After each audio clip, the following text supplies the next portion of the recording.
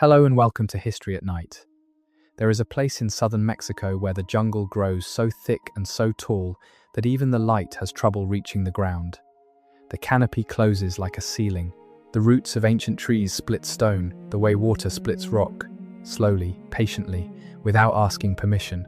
And somewhere beneath all of that green silence, beneath the vines and the moss and the centuries, there are cities, not ruins in the way we usually mean the word, not fragments, full cities, with streets and markets and temples and palaces, with drainage channels carved into limestone and astronomical observatories positioned so precisely that a single beam of morning light would fall on a carved stone throne once every 52 years, exactly when it was supposed to. These cities existed, they thrived, and then, one by one, over the course of roughly 150 years, the people who built them picked up what they could carry and walked away. No invasion, no single catastrophe visible in the ground, no enemy army camped outside the walls. The palaces were simply left. The plazas went quiet. The jungle, which had always been watching from just beyond the edge of the clearing, moved in, and by the time anyone from the outside world stumbled onto these places again, more than 1,000 years had passed. What you are about to hear is not a simple story. The Maya did not collapse the way a building collapses, suddenly, from one direction, in one loud moment. What happened was slower than that, and stranger than that, and in some ways, more human than that. It was the story of a civilization that built too much, believed too hard, fought too long, and waited for rain that stopped coming. It is the story of a world that grew so complex and so interdependent that when the balance finally broke, there was no single piece that could be fixed. It was everything at once, and the people who lived through it made a choice that is almost impossible for us to fully imagine. They left. Tonight, we will follow them. We will walk the streets of their cities, at their height, when the population of a single Maya urban center could rival anything Rome had built in the West. We will sit in the courts of their kings and understand, as much as we are able, what it meant to be divine in a civilization where the king's own blood was the fuel that kept the universe running. We will trace the slow accumulation of pressure, the droughts and the wars and the deforestation and the hunger, until the weight of it all became too much. And then we will watch the cities empty, and we will ask the question that every archaeologist who has ever stood in a Maya plaza at dusk has eventually stopped to ask: what would it feel like to be the last person to leave? Before we go any further, I want to take a moment. These videos take a long time to put together, and the people who watch them all the way through are the reason I keep making them. If you are new here, welcome. If you have been here before, thank you for coming back. The stories I make are designed for exactly this kind of night, the kind where you need something to fill the quiet, something that takes you far enough away from your own thoughts that sleep can finally find you. If you're watching this to fall asleep, that's exactly why I make these videos. Maybe subscribe and let me know where are you right now and what time is it now. Let us begin then. At the beginning, the Maya world, at its greatest, was not a single thing. That is the first thing to understand. There was no Maya empire in the way Rome was an empire, with a single capital and a single emperor and a single law spreading outward in all directions. The Maya were a civilization of city-states, dozens of them, scattered across the lowland rainforest of what is now southern Mexico, Guatemala, Belize, Honduras, and El Salvador. Each one was its own political center, its own royal dynasty, its own sacred geography. They shared a writing system. They shared a calendar so precise it could predict lunar eclipses centuries in advance. They shared a cosmology and a language family and a set of architectural principles so consistent that you can stand in a Maya plaza in Guatemala and immediately recognize a Maya plaza in Mexico, 600 miles away. But they were rivals, often fierce ones. The history of the classic Maya period, which runs roughly from 250 to 900 of the Common Era, is a history of shifting alliances and strategic marriages and calculated betrayals and battles fought not to annihilate an enemy, but to capture him, to bring him back alive for the ritual humiliation that would prove beyond all doubt who the gods had chosen to favor this season. To understand why the cities were eventually abandoned, you have to understand first what it meant for them to be built. The lowland rainforest of the Maya heartland is one of the most geographically challenging environments on Earth to feed a large, dense population. The soil is thin. The topography is unpredictable. The rainfall, which comes in seasonal waves, cannot be stored easily. There are almost no rivers in the southern lowlands. The water table in many areas drops so far during the dry season that surface springs disappear entirely. A large Maya city like Tikal, which at its height in the 8th century may have housed 60,000 to 80,000 people in its urban core, with a much larger population in the surrounding agricultural landscape, had no river. It had no permanent lake. It had what its engineers built, a network of reservoirs, carefully shaped from the bedrock, plastered with lime to prevent seepage, fed by the runoff from the city's own plazas and temple summits during the rainy season. The plazas, which look from above like open gathering spaces, were in fact enormous hydrological infrastructure. Their slight, carefully calculated slopes channeled rainwater into underground cisterns. The temple platforms themselves were engineered to shed water in predictable directions. A Maya city was, among other things, a machine for catching rain. This is one of the things that makes the Maya collapse so haunting to think about. The very sophistication of their water management system, the thing that allowed the cities to exist at all in an environment that should not have supported them, was also the thing that made them uniquely vulnerable to what was coming. But let us stay with the height of it for now. Let us walk through a Maya city at its peak, sometime in the mid-8th century, when the cities of the southern lowlands are as full and as confident as they will ever be. The first thing you notice is not the temples, it is the sound. The plazas of a functioning Maya city were crowded and loud in a way that is hard to picture now. When you walk them in silence, the howler monkeys calling from the treetops of what used to be market stalls. There were merchants and craftsmen and farmers come to pay tribute, and officials moving between buildings in the deliberate way of people with authority and somewhere specific to be. There were children, there was smoke from cooking fires, there was the sound of stone being worked somewhere nearby, the rhythmic percussion of obsidian tools shaping ceramic or bone. The plazas were painted, the buildings were painted. The Maya did not build in grey. They built in red and white, and the particular shade of deep blue-green that archaeologists now call Maya blue, a pigment so stable and so chemically unusual that after 1,000 years in the jungle, it still holds its colour on the walls of buried temples.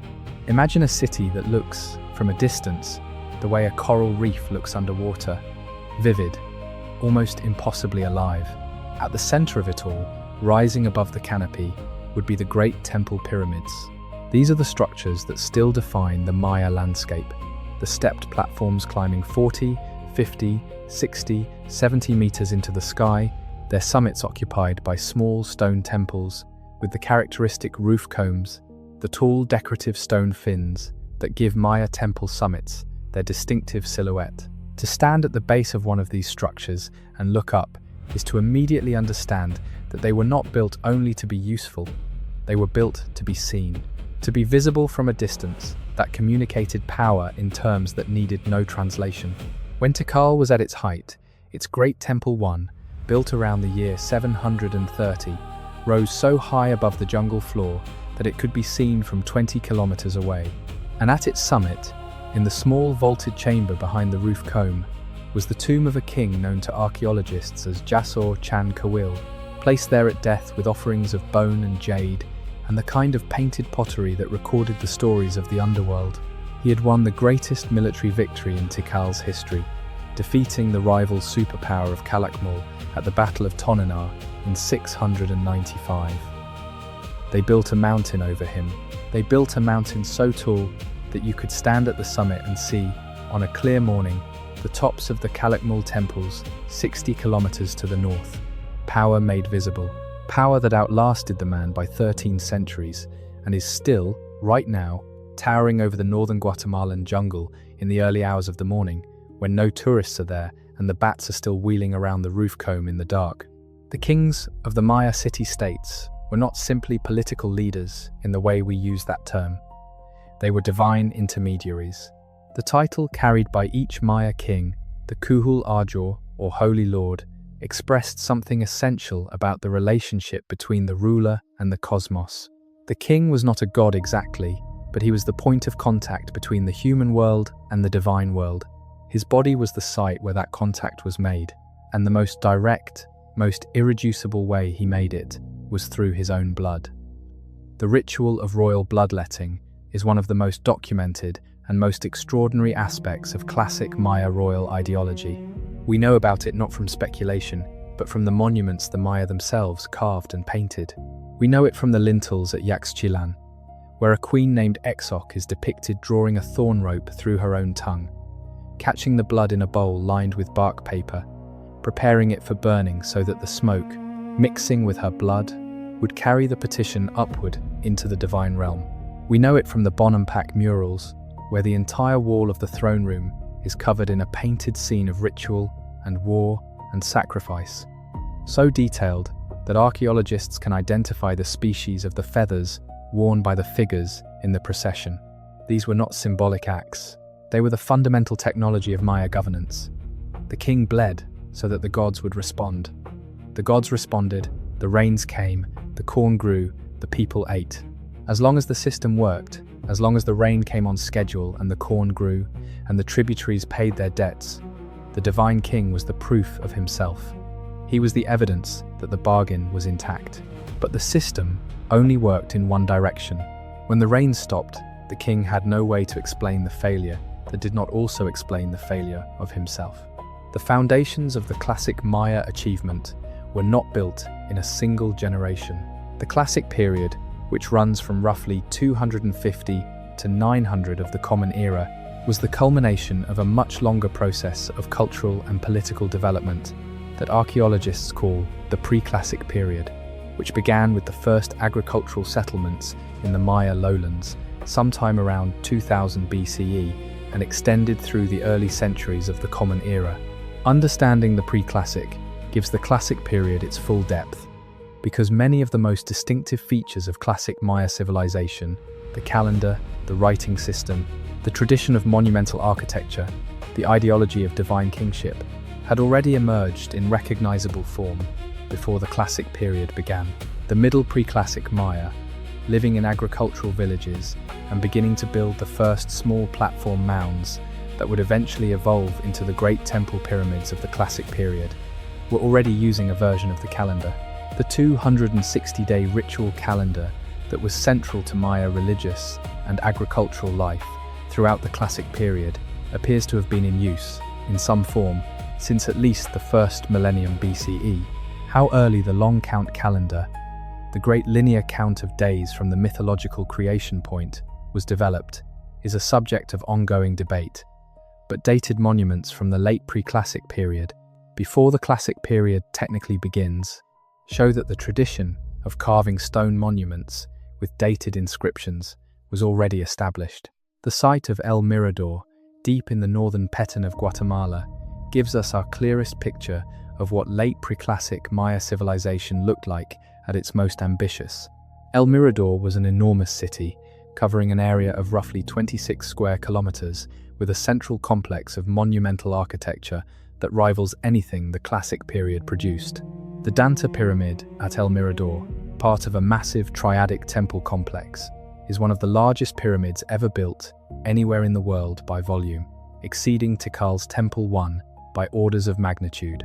It was built in the late pre-classic period, between roughly 300 BCE and 150 CE.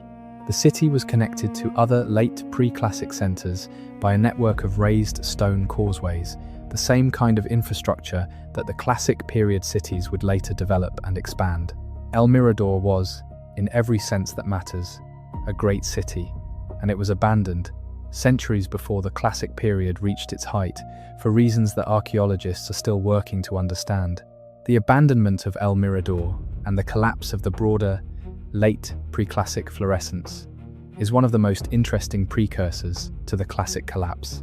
Something went wrong in the late pre-classic, around the 1st or 2nd century of the Common Era, that caused the large population centers of that period to be abandoned and the political and cultural traditions they represented to be reorganized into new configurations. The environmental evidence from this period shows signs of drought and disruption, similar, in some ways, to what we see at the end of the Classic period 700 years later. The specifics are different, and the subsequent development of the Classic period shows that the pre-Classic disruption did not permanently impair the capacity of Maya civilization to rebuild and flourish. But the pattern is suggestive. The Classic Maya were not the first Maya to build great cities in the lowland rainforest, and they were not the first to abandon them when the conditions that had made those cities possible changed. This longer perspective does not diminish the drama or the tragedy of the Classic collapse. When you understand that the Classic Maya were the heirs of a tradition that had already survived one major disruption, that they were building on foundations laid by people who had faced their own collapse and found ways to continue, the survival of the Maya tradition through the Classic collapse becomes not just remarkable, but in some sense expected. A tradition that had already demonstrated over thousands of years the capacity to build and lose and rebuild and continue was a tradition with very deep roots. The Classic collapse was catastrophic, but the roots were deeper than the catastrophe. The El Mirador connection to the later Classic cities was not simply a matter of architectural precedent. Recent work has revealed that some of the same dynastic lineages that ruled late pre-Classic cities like El Mirador may have been the founders of the early Classic cities. The people who built the Classic cities were not strangers to the tradition of monumental Maya architecture. They were the inheritors of a tradition that was already centuries deep when the Classic period began.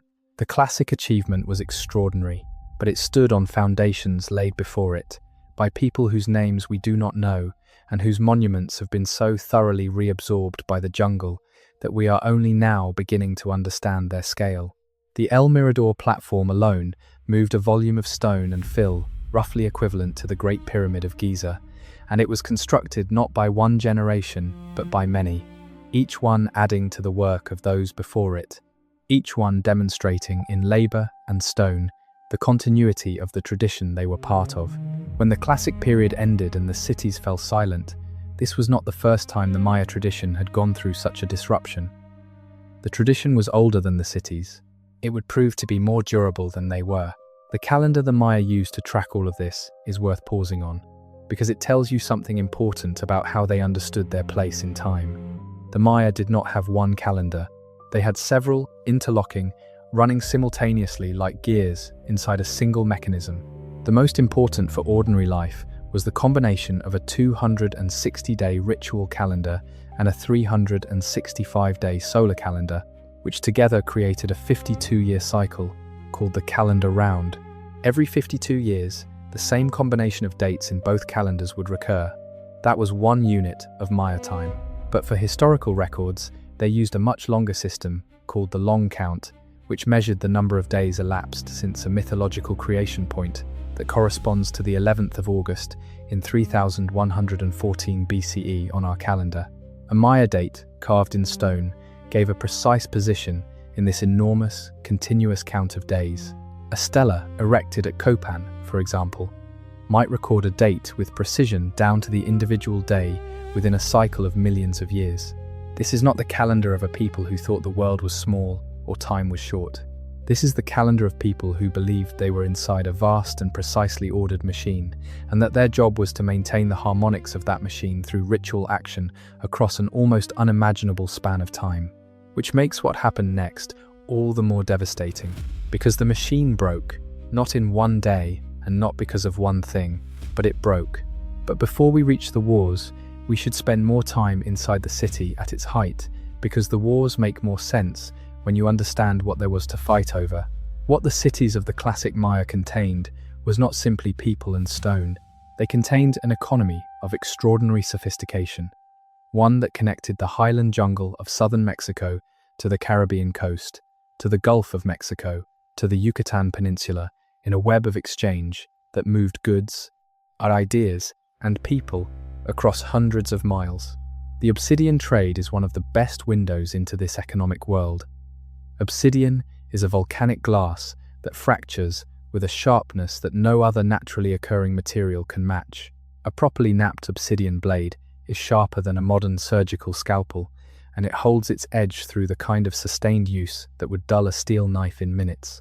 For the Maya, who had no iron and no bronze, obsidian was the most valuable cutting tool available, essential for surgery and craft work and food preparation, and the ritual bloodletting that stood at the center of their ceremonial life. And the obsidian deposits that produced the best material were concentrated in specific geological locations, primarily in the highlands of Guatemala and Mexico, at places like Ixtepeque and El Chayal and Otumba, which meant that the cities of the lowlands, where most of the population lived, had to import essentially all of their obsidian from hundreds of miles away through trade networks of considerable organizational complexity. The movement of obsidian through the Maya world has been studied in extraordinary detail using trace element analysis, the measurement of trace minerals in the volcanic glass that serve as a unique chemical fingerprint for each source deposit. An obsidian blade found in a household midden at Tikal can be matched with near certainty to the source deposit it came from, even when that source is 300 kilometers away. What this analysis has revealed is that the trade was not simple or linear. It was a multi-tiered system involving producers, processors, intermediate traders, and final consumers, with the highest quality obsidian moving preferentially toward the elite quarters of major cities, while lower quality material circulated more broadly in the commoner economy. The system was sophisticated enough that researchers can detect the different channels by which different qualities of the same material moved through different layers of the social hierarchy. Alongside obsidian moved jade, which for the Maya was what gold was for the cultures of the Andes, the most prestige-laden portable material in their world. Jade deposits in the Maya area are concentrated in the Motagua River Valley in Guatemala, and the specific shade of blue-green jade that the Maya prized most intensely, a color they associated with maize, with water, and with the divine world, came from a relatively small number of quarry sites, whose locations the Maya controlled jealously. Major jade objects, the enormous pectoral ornaments worn by kings, and the heavy ear flares that are depicted on royal monuments throughout the classic period, represented an investment of material and labor and artistic skill that only the wealthiest and most politically powerful households could command. But jade also circulated in smaller quantities through the broader economy, as small celts and beads and pendants that could represent accumulated family wealth passed across generations. Salt was a third pillar of the long-distance trade network, one that is often overlooked because it leaves almost no archaeological trace, but was arguably more essential to daily survival than either obsidian or jade. The Maya lowlands have almost no local salt sources.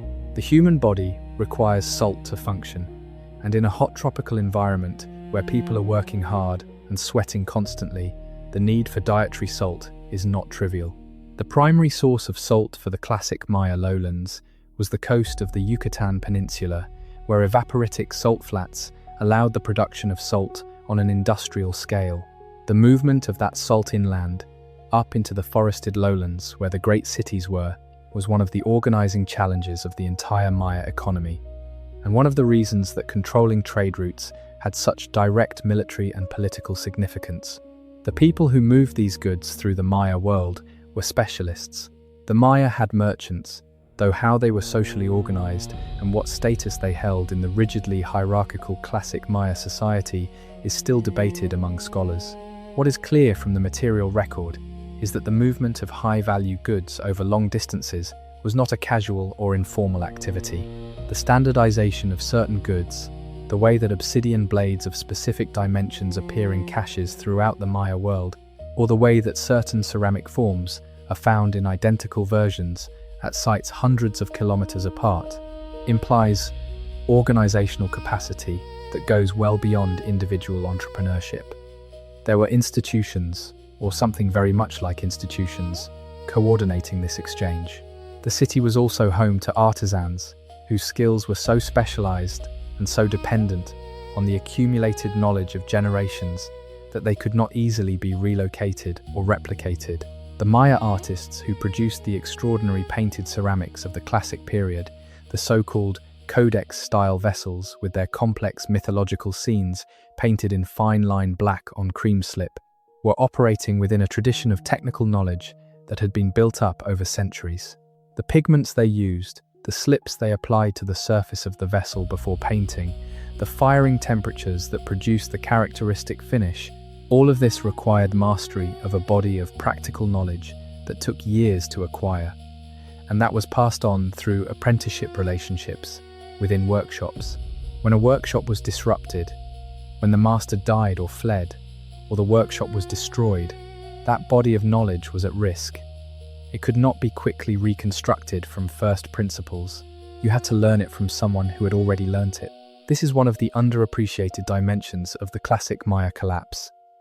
It was not only a political and economic catastrophe, it was an intellectual catastrophe, a disruption of the transmission chains by which accumulated practical knowledge moved from one generation to the next.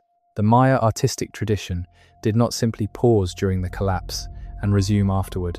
It transformed in ways that reflected the disruption of the workshop traditions that had carried the classic period's technical achievements. The ceramics of the post-classic period are different from those of the classic period, not only because different things were fashionable, but because different things were known, or known to different people in different ways. Some of what was known in the classic period was lost. Some of it was preserved in modified form, and some of it was reinvented independently by later craftspeople who did not know they were rediscovering something their ancestors had once mastered. The scribal tradition is perhaps the clearest example of this dynamic. The classic Maya writing system, as we have discussed, was one of the intellectual achievements of the ancient world, a fully developed logosyllabic script capable of representing all the sounds and meanings of the Mayan language with precision and elegance. The people who wrote in this system were trained specialists, scribes who had spent years mastering the repertoire of several hundred glyphs and the conventions of their combination, who knew not only the mechanical skill of writing, but the literary and historical and theological knowledge that the texts encoded. The scribes of Tikal and Copán and Palenque were, in the technical sense, intellectuals, people whose primary value to their society was their capacity to store and transmit complex knowledge in a durable medium. When the cities emptied, the scribal tradition was disrupted, not immediately and not completely, because the Maya continued to use their script in various forms throughout the post-classic period and into the colonial period. But the tradition narrowed. The full repertoire of classic glyphs was no longer in active use by the time the Spanish arrived. Some symbols were being used in modified or simplified forms. Others had fallen out of use entirely. And when Diego de Landa burned the books in 1562, he was not destroying a living tradition at its full vitality. He was destroying what remained of a tradition that had already been through several centuries of narrowing and transformation, which makes what he destroyed no less grievous, but does change the picture of what was lost and when. The craftsmen who worked in media, less dependent on literacy, the weavers and the jade carvers and the potters and the builders, preserved more of their tradition through the collapse and through the conquest. The weaving traditions of the Maya highlands today are living evidence of this continuity. The specific color combinations and geometric patterns used in the textiles of different Maya communities in the highlands of Guatemala and Chiapas are not arbitrary. They encode information about community identity and about cosmological relationship and about the visual language that the Maya tradition has always used to organize and communicate meaning. The fact that we cannot always read that language, that much of the interpretive framework that would have made these patterns fully legible to a classic period viewer has been lost, does not mean the patterns themselves are empty. It means we are still learning to listen. It requires someone who chooses to inhabit it fully, rather than stand at the edges. Let us begin with the wars. The classic Maya period had always involved conflict between city-states, but the conflict had been, for most of that period, a particular kind of conflict. The goal was usually not conquest in the sense of occupying and holding territory. The goal was the capture of rival elites. A king would lead a raid against a neighboring city, hoping to take a high-ranking prisoner, ideally the enemy king himself, and bring him back for ritual sacrifice. This was war as cosmological theatre. The captured king, displayed and eventually killed at the victor city, was evidence that the winning king's gods were stronger. His blood fed the earth and the calendar and the relationship between the king and the divine. It was brutal, certainly, but it was bounded by the same logic that gave it its meaning. You could not harvest more than a certain number of enemy kings before the enemy kingdom was gone entirely, and then you had lost the ritual purpose of the whole exercise. But in the late 8th century, something in the pattern of Maya warfare began to change. The monuments that survive from this period show a different kind of conflict, larger scale, less focused on individual elite capture, more focused on agricultural territory, more focused on the granaries and the water systems and the farmland that the competing cities depended on to feed their populations. The research of archaeologists Simon Martin and Nikolai Grube, who spent decades decoding the political history of the classic Maya from their carved monuments, gives us a picture of a political landscape that had become almost impossibly tangled by the late 8th century. The great superpower rivalry between Tikal and Calakmul, which had structured Maya politics for centuries, had created a situation in which almost every city-state in the southern lowlands had been pulled into one orbit or the other. The shifting of alliances, the counter-alliances, the wars, triggered by insults to royal lineages and broken marriages and tributary relationships gone bad, had created a cascade of conflicts that nobody had designed and nobody could quite stop. At a site in the Pitex-Batún region of Guatemala, archaeologists found something that makes this abstract picture concrete. The city of Dos Pilas had been a Tikal offshoot, a military colony established to project Tikal's power into the Pitex-Batún region. For a time, it had worked. The kings of Dos Pilas built ambitious monuments and conducted successful wars and extended their control over the surrounding landscape. But the same aggressive expansion that created their success eventually made them enemies of everyone around them. By the late 8th century, Dos Pilas was under siege. The final capital, a site called Aguateca, was abandoned so quickly that when archaeologists excavated the palace in the early 2000s, they found the evidence of interrupted meals. Grinding stones with corn still ground between them, serving vessels still positioned near hearths. Whatever happened fast. People left in a hurry and did not come back. At Copán, in western Honduras, the collapse followed a different sequence. Copán had been one of the intellectual jewels of the Maya world, a city whose sculptors produced work of such refinement that art historians from outside the Maya field have compared it to the best of ancient Greece. The great hieroglyphic stairway at Copán, built in the mid-8th century, recorded the longest known Maya text in stone, a narrative of dynastic history running up 63 steps in 2,200 carved glyphs. But Copán had a problem that was partly geographical and partly political. The Copán Valley was small, and the population had been growing for centuries. By the late 8th century, the valley floor was essentially fully under cultivation, and the hillsides above the valley floor were being cleared in ways that were beginning to cause soil erosion at a rate the agricultural system could not absorb.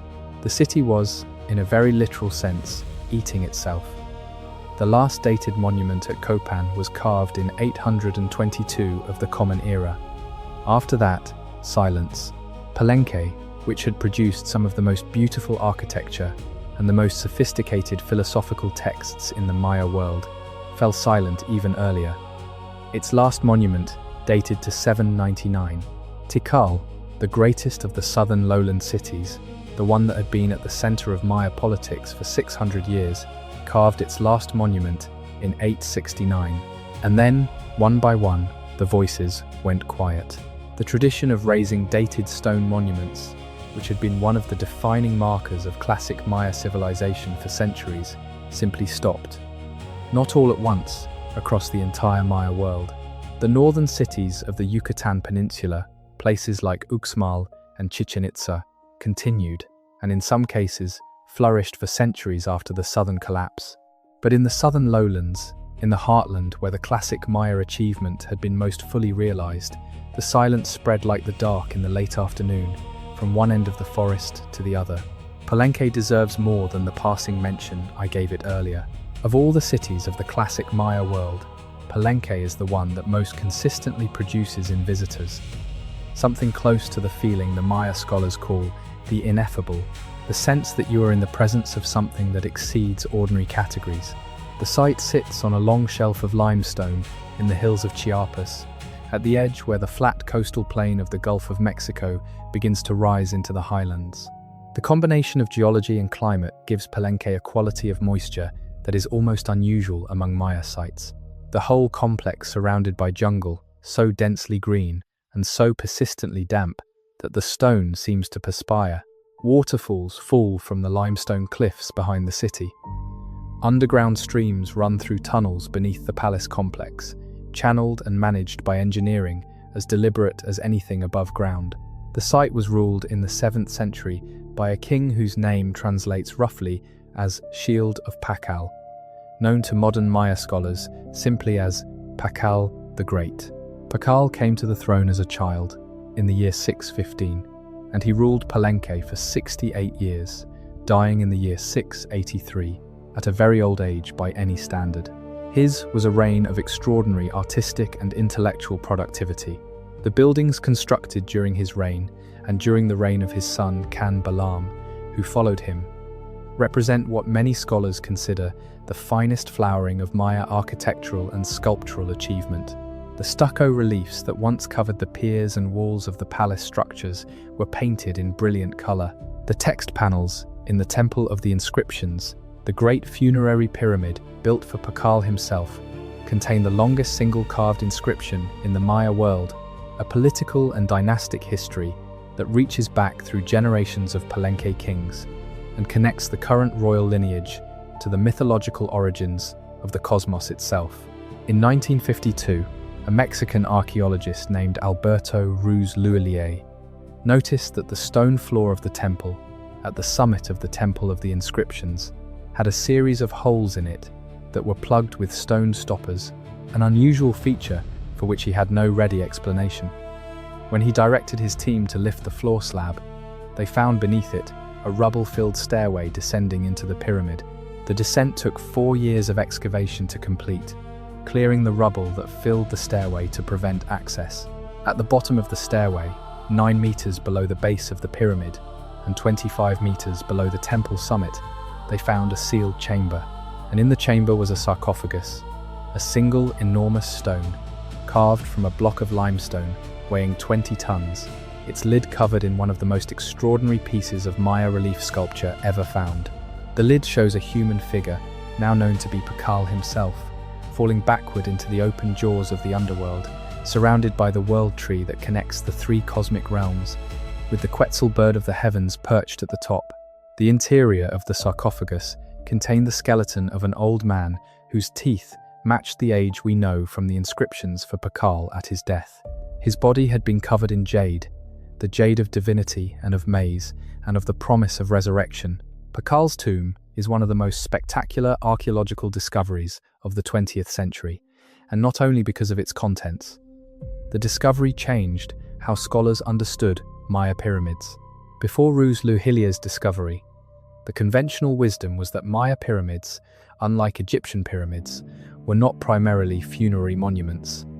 They were the platforms on which temples stood.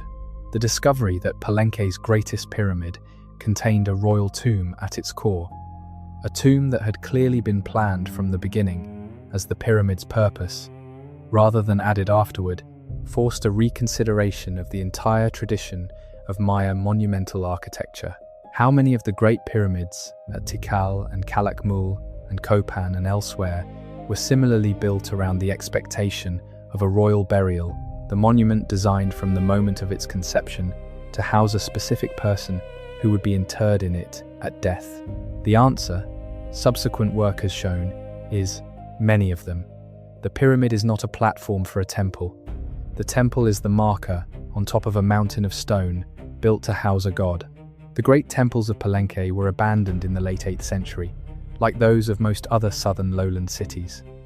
The last dated monument at the site was carved in 799, but the abandonment of Palenque was different from the abandonment of Tikal in at least one significant way. The site was never forgotten by the people of the surrounding region. Local communities of Maya descent continued to live in the area throughout the centuries of the site's apparent abandonment, and knowledge of the ruins' existence persisted in local oral tradition, even as the academic world had no idea of their whereabouts. When the Spanish priest Antonio del Rio arrived at the site in 1787 with a force of laborers and orders to investigate the ruins that local people had been telling officials about, he found walls still standing to considerable height, stucco reliefs still in place, and the whole complex under such dense vegetation that his workers had to clear the jungle before he could see what he was looking at. But he knew where to go, because people had always known it was there. Yaxchilan, downstream on the Usumacinta River from Palenque, gives us a different perspective on the late classic collapse, because its political history in the 8th century is unusually well documented in the carved inscriptions that survive there. The city was ruled in the early 8th century by Shield Jaguar, the same king whose lintel we discussed earlier in connection with the bloodletting ceremony of Lady Exoc. Shield Jaguar lived to an extraordinary old age, ruling for more than 60 years, and the long succession crisis that followed his death in 742 produced a series of monuments that document in unusual detail the political maneuvering involved in establishing the next king's legitimacy.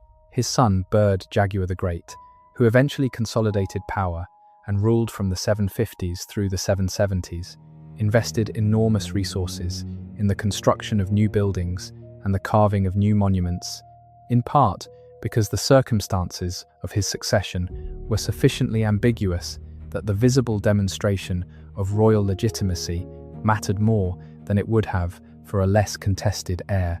Byrd Jaguar's monuments show him capturing war prisoners in a series of raids against neighbouring polities, accumulating the ritual trophies that demonstrated divine favour. They show him performing bloodletting ceremonies with his wife. They show him in the company of allies and subordinate lords from across the Usumacinta region. They are, in every sense, political communication, messages addressed to the population of Yaxchilan and to the wider Maya world about why this specific man deserved to be king and why the gods had chosen him. And what makes them haunting in retrospect is that within 2 generations of Byrd Jaguar's death, Yaxchilan would go silent. The last dated monument at the site was carved in around 808. The political maneuvering that Byrd Jaguar's monuments so carefully document, all of the effort and expense and blood devoted to establishing and communicating his legitimacy, ended within 50 years of his death, in the silence that eventually swallowed all the southern cities. Calakmul, the great rival of Tikal and the head of what Maya scholars now call the Snake Kingdom because of the serpent head emblem glyph that marked its royal dynasty, had a different trajectory. At the height of its power in the 6th and 7th centuries, Calakmul was the center of a political network that stretched across much of the Maya lowlands. The Snake Kingdom kings conducted a sophisticated foreign policy, forging alliances with cities throughout the region and using those alliances to encircle and pressure Tikal. The defeat of Tikal by a Calakmul-led coalition in the year 562, an event known from multiple inscriptions at multiple sites, was one of the defining moments of classic Maya history, the moment when one superpower decisively bested another and remade the political map of the entire lowland region. But the reversal of 795, when Tikal's king, Jasau Chan Kawil, defeated a Calakmul king and broke the coalition's hold, was equally consequential. After that defeat, Calakmul's power contracted, and the long political order that the Snake Kingdom had maintained began to unravel. Calakmul is interesting partly because it is one of the largest Maya sites, with more than 6,000 mapped structures and 2 enormous temple pyramids that are among the tallest in the Maya world. It is also interesting because it sits in the heart of one of the most intact areas of tropical forest in all of Mexico and Central America, the Calakmul Biosphere Reserve, which means that the archaeological context of the site, the ecological setting in which the city existed, is still largely intact in ways that are not true of sites that have been surrounded by modern development. Why? There is, as I said, no single answer. But the scientific evidence accumulated over the past several decades has given us something better than a single answer. It has given us a sequence. The environmental picture that emerges from the study of lake sediments and cave formations in the Maya lowlands is one of a landscape that was under sustained and increasingly severe pressure for centuries before the final collapse. The evidence for deforestation is written in the pollen record preserved in the mud at the bottom of the region's lakes. Scientists drill down into these sediments and extract cores that preserve, in sequence, the pollen that was falling from the surrounding vegetation at every point in time, going back thousands of years. In the layers corresponding to the classic Maya period, and especially to the late classic peak of the 7th and 8th centuries, there is a dramatic signal. Tree pollen plummets, weed pollen spikes. Eroded soil begins to appear in the sediment record. The landscape the Maya were creating around their cities was increasingly one of cleared agricultural land and disturbed soil, not the closed canopy forest that had characterized the region before the cities grew large. This deforestation was not irrational. It was the direct consequence of the demands the cities placed on the land. A population of 60,000 people at Tikal needed a vast surrounding agricultural system to feed them.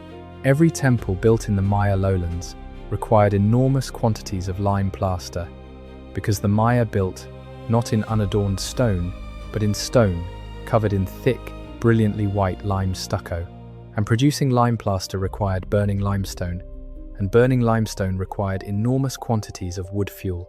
Archaeological estimates suggest that producing the plaster for a single large Maya temple might require clearing something on the order of 5 to 8 hectares of forest for the wood alone. Multiply that across dozens of cities, each competing to build more and more impressive structures over a period of centuries, and you begin to understand the scale of the environmental transformation the Maya were imposing on their own landscape. The consequences of that deforestation were multiple and compounding. Without the root systems of the forest to hold the thin tropical soil in place, rain carried it into the rivers and the reservoirs. The reservoirs began to silt up. The agricultural fields on the hillsides began to lose their productivity. The hydrology of the whole region began to shift in ways that were invisible year to year, but visible across decades. The forest itself, removed at such scale, ceased to play its role in the regional water cycle. Trees in a tropical environment do not just grow in the water cycle, they are part of it, pulling water from the soil through their roots and releasing it through their leaves back into the atmosphere, where it condenses and falls again. Remove the trees at sufficient scale, and you alter the microclimate of the region. The air becomes drier, the dry season extends, and then, into this already stressed landscape, beginning sometime around the middle of the 8th century, came the drought. The evidence for the drought is among the most extraordinary pieces of climate science produced in the past generation.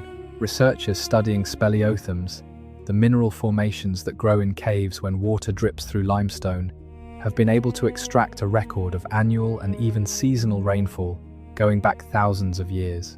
These formations grow in microscopic annual layers, and the oxygen isotope signature of each layer records whether the water that formed it came from heavy tropical monsoon-style rainfall or from lighter, drier conditions. The record from caves in the Belize Highlands, the Yucatan, and the Guatemala Highlands all tell a consistent story. The period from roughly the 5th century through the mid-8th century was a time of generally adequate, often abundant, rainfall in the Maya lowlands. And then, starting around 750 and running through the 9th century and beyond, conditions became drier and more variable in ways that fell outside anything the Maya had experienced in the centuries since their civilization had grown large enough to depend on those rains. There were multi-decadal droughts. There were years of almost complete rainfall failure.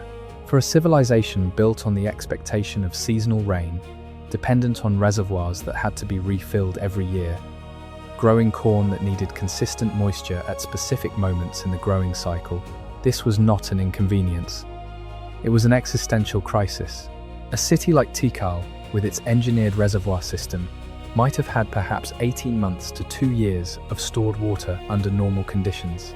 A prolonged drought that lasted 3 or 4 or 5 years would drain those reserves completely. And when the water ran out in a city of 60 or 70,000 people, the social and political consequences were catastrophic in ways that spiraled outward in every direction simultaneously. people went hungry. When people go hungry, the social fabric that holds a complex, hierarchical society together begins to fray.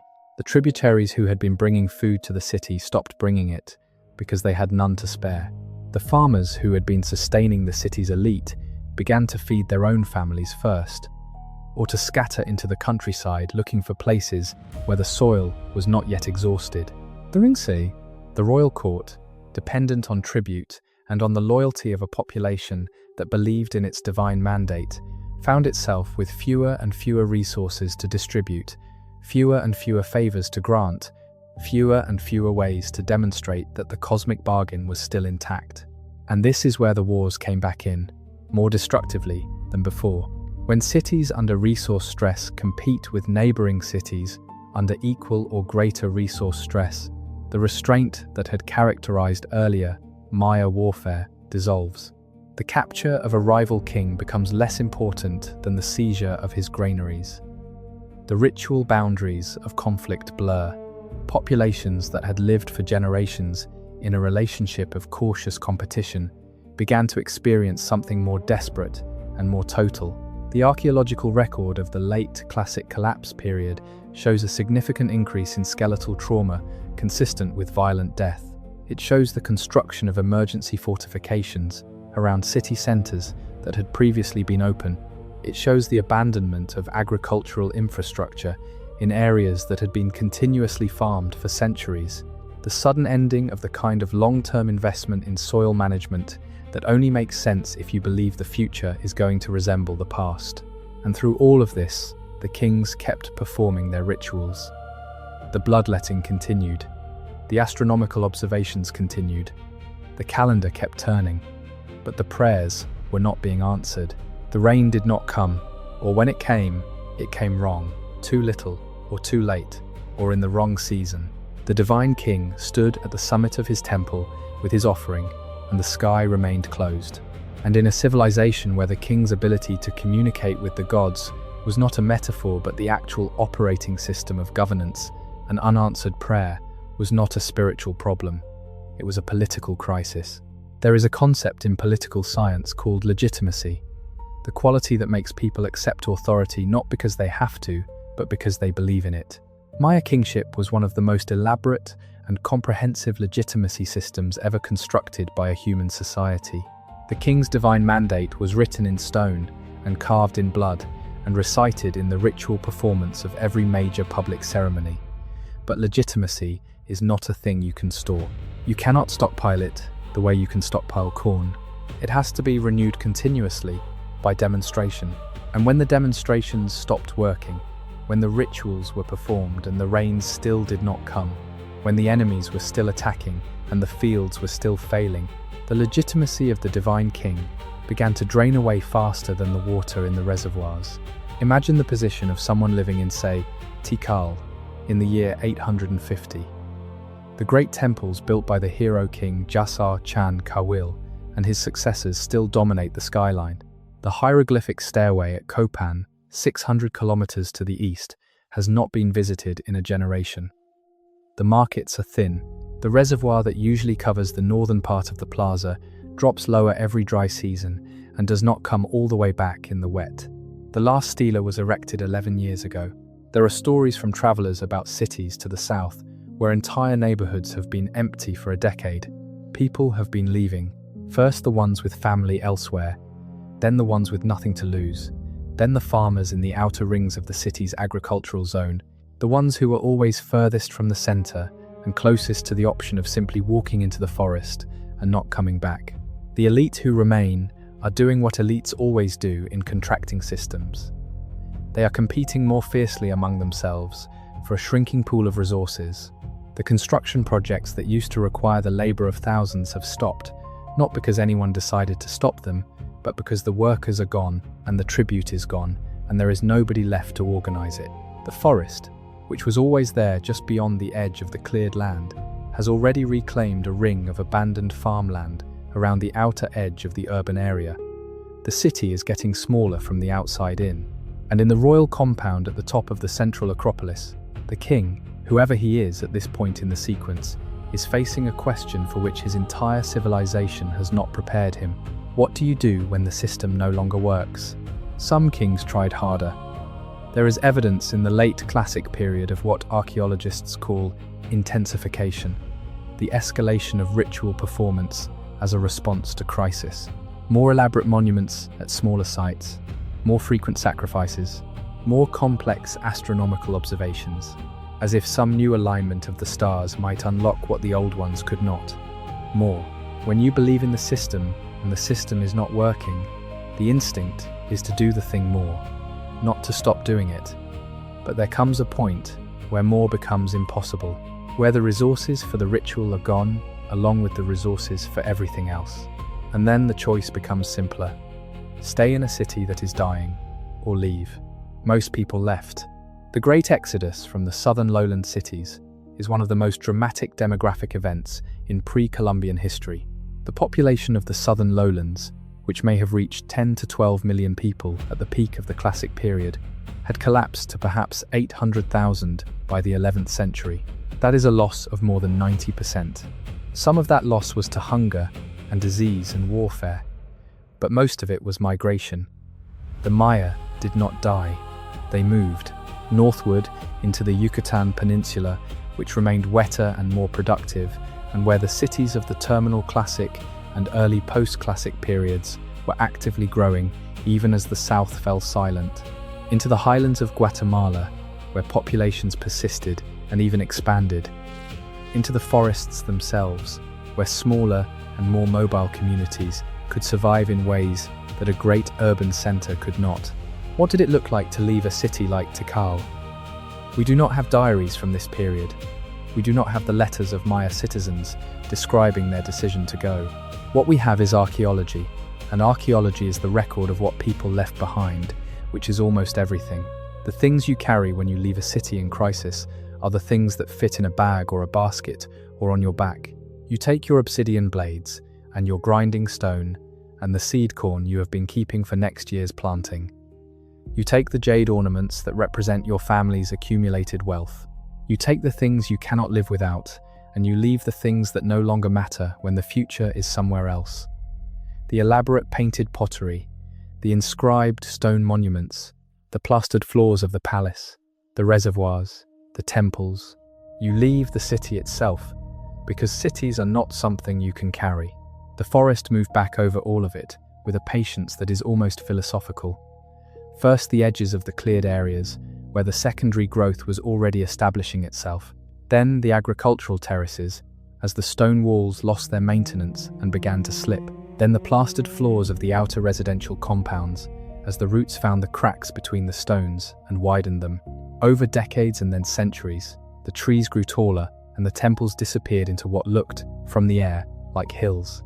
The temples at Tikal are so large that the first European explorers who encountered them in the 19th century mistook them for natural mountains. It took close examination to realize that the green hills had corners, that the regular slopes were covered in fallen carved stones, that the peaks were the roof combs of buildings that had been invisible under their green blanket for 1,000 years. The jungle, which the Maya had spent 600 years pushing back, took 600 years to return. But here is the thing about the story that is easy to miss if you focus only on the south. The Maya did not end. The Maya world underwent a catastrophic transformation in the southern lowlands. But the Maya people, and in many ways the Maya cultural tradition, continued and even flourished in other places and other forms. The cities of the northern Yucatan Peninsula, Uxmal and Caba, and Sayil and Labna in the Puuc Hills, reached their peak of sophistication in the 9th and 10th centuries, exactly when the southern cities were emptying. The architecture of the Puuc style, with its detailed stone mosaic facades and its intricate geometric patterns, is in some ways the most refined surface treatment in the entire history of Maya building. It was produced by people who were contemporaries of the last southern classic kings, and it shows no sign of cultural diminishment or collapse. The post-classic Maya world that emerged from the collapse of the southern cities was not a single thing any more than the classic world had been a single thing. It was a diverse landscape of regional traditions, each one shaped by the specific ecological and political circumstances of its location, each one preserving and transforming elements of the classic heritage in its own way. In the northern Yucatan, the Puc region cities of the 9th and early 10th centuries represent an intellectual and artistic flowering that is sometimes described as the last great achievement of Maya classic culture. The Puc style takes its name from the low hills of the northwestern Yucatan, where the tradition developed, and its most characteristic feature is the treatment of building facades. The lower portion of a Puc building is typically plain stone, smooth and undecorated, but above a median molding, the entire upper zone of the facade is covered in an elaborate stone mosaic. Thousands of individually carved pieces fitted together to create geometric patterns, rain god masks, serpent imagery, and stylized human figures of great sophistication. The effect, when the facades were new and the stone was clean, must have been overwhelming. A building that seemed to shimmer with carved texture from 100 meters away. The rain god, whose face appears again and again on Puc facades, is Chak, and his repeated presence on these buildings is not decorative accident. The Yucatan Peninsula, the geological landscape in which the Puc cities existed, is one of the flattest and most porous pieces of limestone terrain on Earth. There are no rivers in the northern Yucatan. Water disappears immediately into the karstic bedrock and collects in underground water tables, accessible only through sinkholes, the cenotes that dot the Yucatan landscape.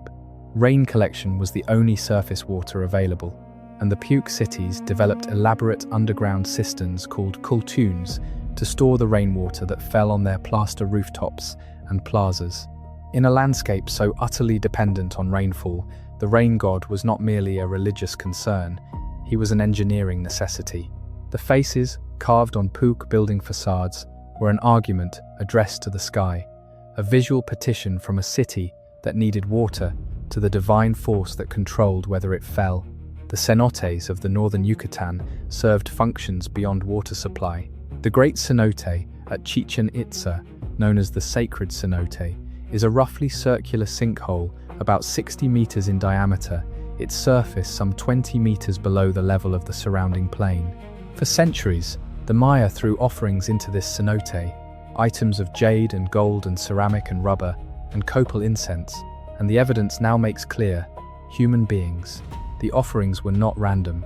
They were selected, and they were dedicated, according to the logic of Maya ritual, which understood the cenote as an entrance to the underworld, a place where the boundary between the human world and the divine world was permeable. The drowned objects and the drowned people were not being disposed of. They were being sent somewhere. They were offerings in the most literal sense, things of value delivered to powers that live below the water's surface and whose goodwill was worth the price. Dredging of the sacred cenote in the early 20th century and more controlled underwater archaeological investigations in subsequent decades have recovered thousands of objects from the cenote's floor, a collection that gives us a remarkable picture of the range and quality of what the Maya of Chichen Itza's heyday were willing to commit to the water for the sake of divine communication. Jade pendants and mosaic jade objects, gold bells and gold figures, some of them hammered from imported Colombian gold, rubber figurines that have survived because the cold, anaerobic, dark conditions at the bottom of the cenote are exceptionally good for the preservation of organic material. Carved wooden figures and bone objects and fragments of copal incense burned at the edge of the cenote and then thrown in while still smouldering. And the bones of human beings, some of them children, who did not choose to enter the water, and whose deaths were part of a ritual calculus we can understand intellectually, but cannot fully feel from the other side of 1,000 years. The highland Maya kingdoms that survived, and in some cases flourished, after the classic collapse, had their own intellectual traditions that were distinct from the lowland classic tradition in important ways. The Quiche kingdom, centered on Cumacaj in the Guatemalan highlands, developed a political and religious tradition that drew on classic Maya elements, but synthesized them with highland traditions that had their own deep roots.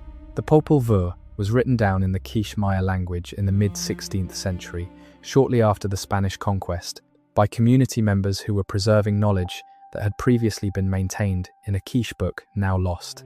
The person or people who wrote it down were working in extraordinary circumstances, trying to preserve the essential content of a tradition that was under violent assault by the Spanish colonial project, using the new alphabetic writing system that the missionaries had taught as a tool for exactly this purpose, writing down what the missionaries most wanted to suppress with the tools the missionaries had provided.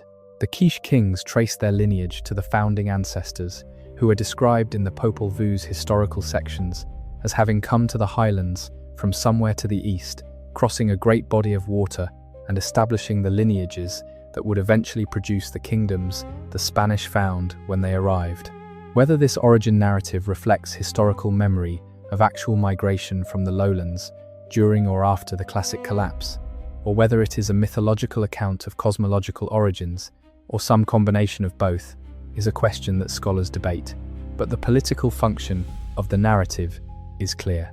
The quiche royal lineages claimed their authority from a connection to an older and greater world, from a genealogy that reached back through the migration narrative to the deep past of Maya civilization, a past associated with the cities of the lowlands and the sophisticated intellectual traditions of the classic period. The collapse in the quiche political imagination was not simply a disaster. It was the origin point of a new world, one that the highland kingdoms were the inheritors and continuers of. The Itza Maya of the Central Petén, the last independent Maya polity, maintained their independence for so long, partly because their location made them difficult to reach, and partly because the Petén, in the early colonial period, was a zone of contested sovereignty where Spanish, British, and indigenous political authorities all had claims and none had fully effective control.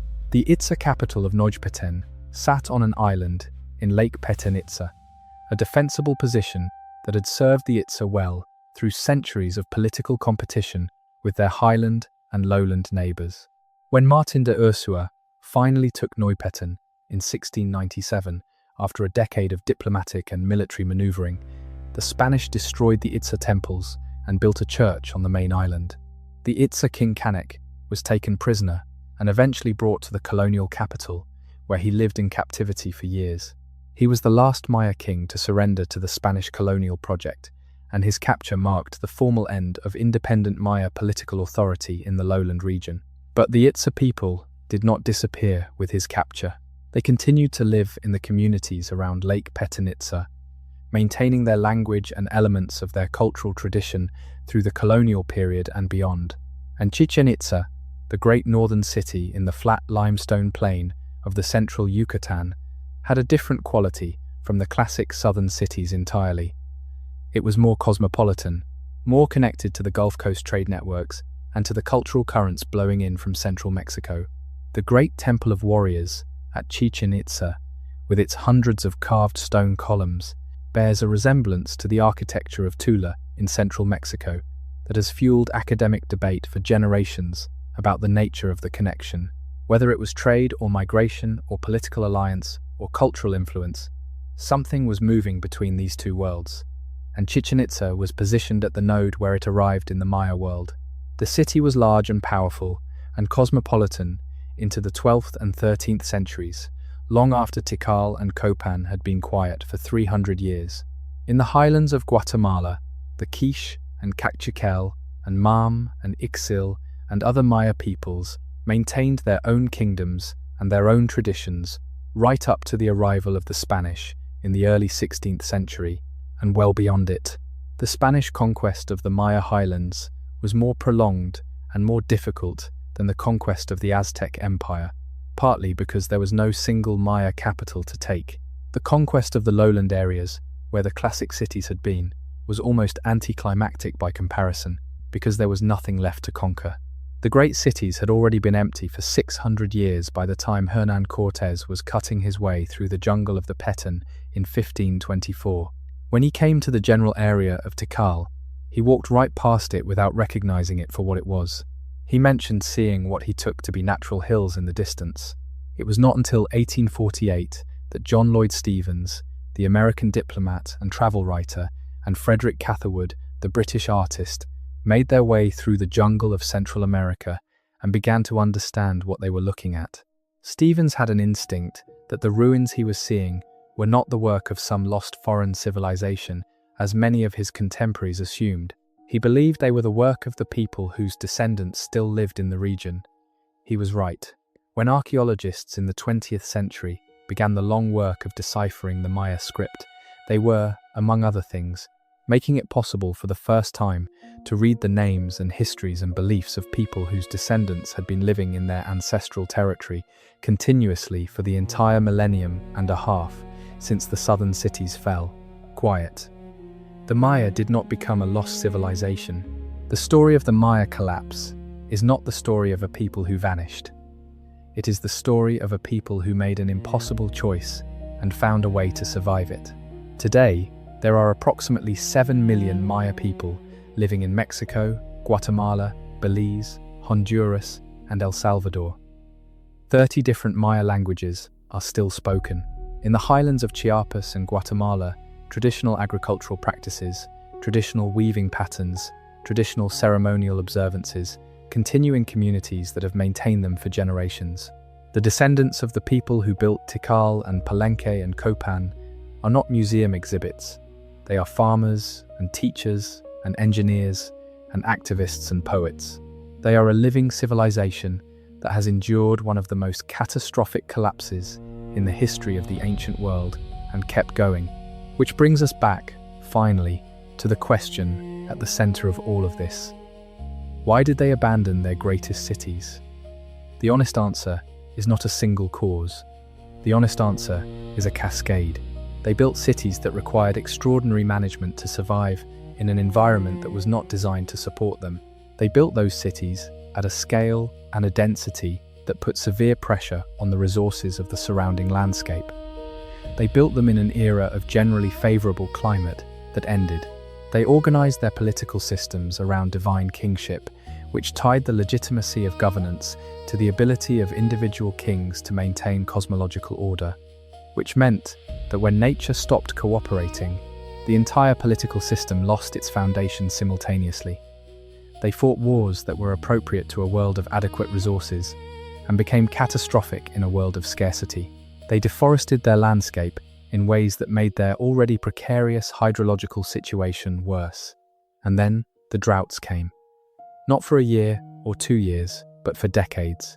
And the people who had built the most elaborate civilization in the pre-Columbian Americas looked at their dying reservoirs and their empty granaries and their silent priests and their ruined crops, and they made the oldest decision that human beings have ever made. They went somewhere else. The temples stood. The inscriptions remained, weathering slowly in the humidity, the names of kings and dates and battle victories blurring but not entirely lost. The forest grew. The jaguars moved back into the plazas. The spider monkeys nested in the roof combs.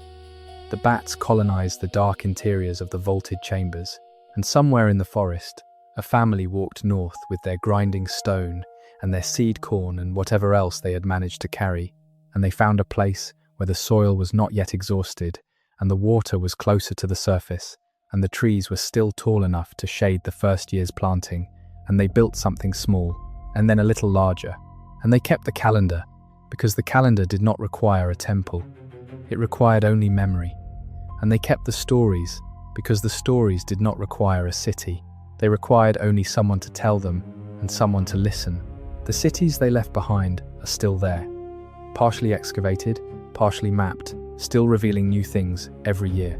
LiDAR surveys in the past decade have transformed our understanding of the scale of the Maya landscape, showing that the area of managed, organized human settlement in the Maya lowlands was far larger than even optimistic earlier estimates had suggested. The jungle is full of sites that have not been properly investigated. Every year, something new is found. A previously unmapped city, a new passage in a known palace, a chamber that nobody knew was there. The Maya world is still giving up its secrets. The morning light comes early in the Petan jungle. By 5 in the morning, in the season when the rains have just ended and the air is still thick with the memory of water, the howler monkeys in the trees around the great temples of Tikal begin their call. It is one of the loudest sounds produced by any land animal, a deep, resonant roaring that carries for 3 kilometers through the forest, that makes the air itself seem to vibrate. If you are standing in the great plaza of Tikal at that hour, in the blue light before the sun has fully cleared the canopy, with Temple 1 on your right and Temple 2 on your left, and the forest pressing in from every direction, the sound is not frightening. It is the opposite of frightening. It is the sound of a world that has been here longer than the cities, and will be here after everything else is gone. It is the sound of something that kept going. That, in the end, might be the most Maya thing about the whole story. Not the collapse, not the abandonment, not the silence, the keeping going, the finding a way, the carrying the calendar in your memory through the jungle, all the way to wherever you end up, and teaching it to your children so that they can teach it to theirs. Not because it is useful in any practical sense, but because it is yours, because it connects you to something that deserves to be remembered, because some things are too important to put down, even when you are putting down everything else. Good night. The story of the Maya collapse cannot be told only from the point of view of the kings and the temples. To understand what actually happened, you have to go down from the pyramid summits and into the agricultural landscape that surrounded every Maya city. You have to understand the life of the people who grew the corn. Maya agriculture at the height of the classic period was not simple slash and burn farming in the way that European observers of the 16th century often described it. Not because those observers were stupid, but because the landscape they encountered in the 16th century was the landscape of a post-collapse world, a landscape that had been farming itself in dispersed and low-intensity ways for 600 years since the cities emptied, a landscape that bore almost no resemblance to the intensive, engineered agricultural system that had sustained a peak population of millions. The classic Maya agricultural landscape, as revealed by aerial survey and ground investigation over the past several decades, was a sophisticated and highly engineered system that had much more in common with the intensive, irrigated rice paddies of Southeast Asia than with the shifting cultivation of the lowland tropics. The raised field systems that archaeologists have documented in the Bajo swamps, the low-lying wetland areas that occupy large portions of the Maya lowland landscape, are among the most impressive pieces of pre-Columbian hydraulic engineering in the Americas. The Maya engineers who built these systems dug extensive networks of channels through the swampy ground, piling the excavated material onto platforms between the channels to create elevated planting surfaces that were above the flood level during the wet season, but still had access to moisture through the channel water during the dry season. The channels themselves became productive, full of fish and aquatic plants, and the algae and organic material that made excellent fertilizer when it was dredged up and spread on the planting beds. The system was self-sustaining in a way that slash-and-burn agriculture is not, but it required constant maintenance. The channels had to be kept clear, the beds had to be rebuilt. The whole system had to be managed by a labor force that was organized and coordinated and fed and paid in some form. On the hillsides above the swamps, the Maya built agricultural terraces of exactly the kind you can find in the Andes or in the rice-growing regions of East Asia, stone-faced retaining walls that converted the naturally sloping terrain into a series of level planting surfaces. These terraces are invisible in the jungle today, buried under centuries of soil accumulation and forest growth. But when the first comprehensive LiDAR surveys were done over large areas of the Maya lowlands in the past decade, the extent of the terrace systems was revealed to be staggering.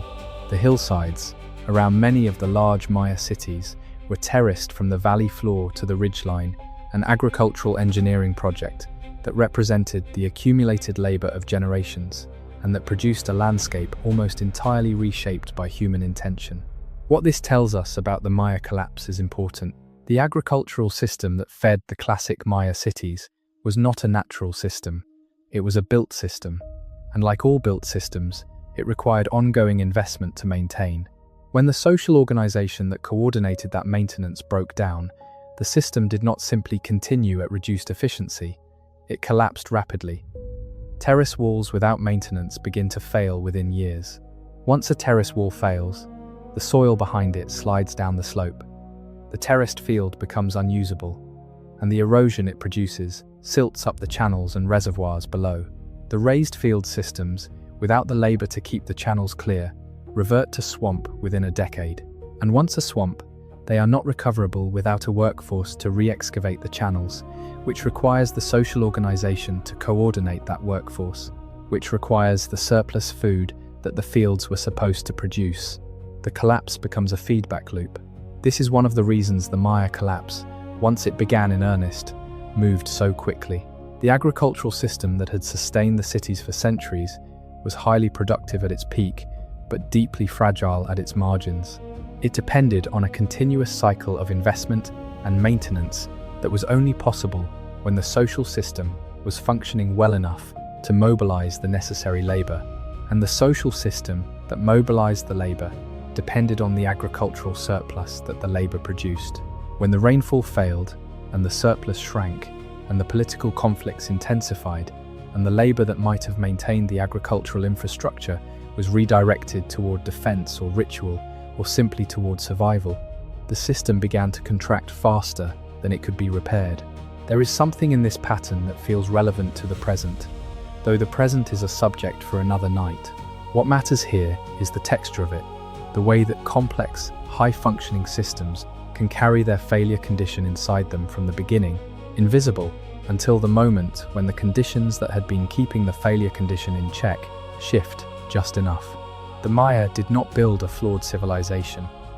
They built an extraordinary one, but the very features that made it extraordinary, the intensive agriculture, the dense population, the elaborate ritual economy, the competitive political system that drove ever greater investment in monumental building, were also the features that made it vulnerable to exactly the kind of prolonged environmental stress that eventually arrived. It is worth spending some time with the evidence of what the people living through this actually experienced, insofar as archaeology can reveal it.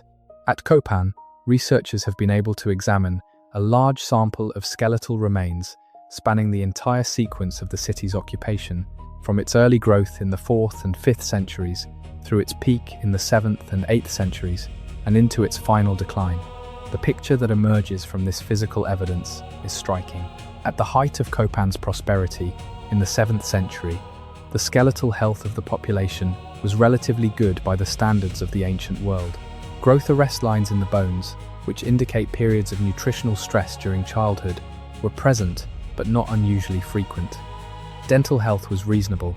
Signs of anemia, which can indicate either nutritional deficiency or parasitic disease, were present but not epidemic. By the late 8th century, the picture had changed dramatically. The frequency of growth arrest lines had increased significantly, indicating that more and more children were experiencing periods of acute nutritional stress during their development. Signs of anemia had increased. Average adult height, which tends to track nutrition across a population over time, had declined. The elite showed better health outcomes than the commoners, as elites always do in stratified societies with unequal resource distribution.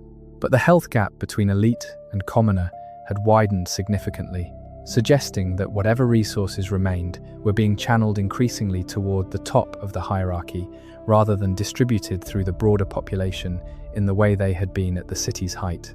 At the same time, the markers of violence, healed and unhealed trauma to bone, had also increased noticeably across skeletal samples.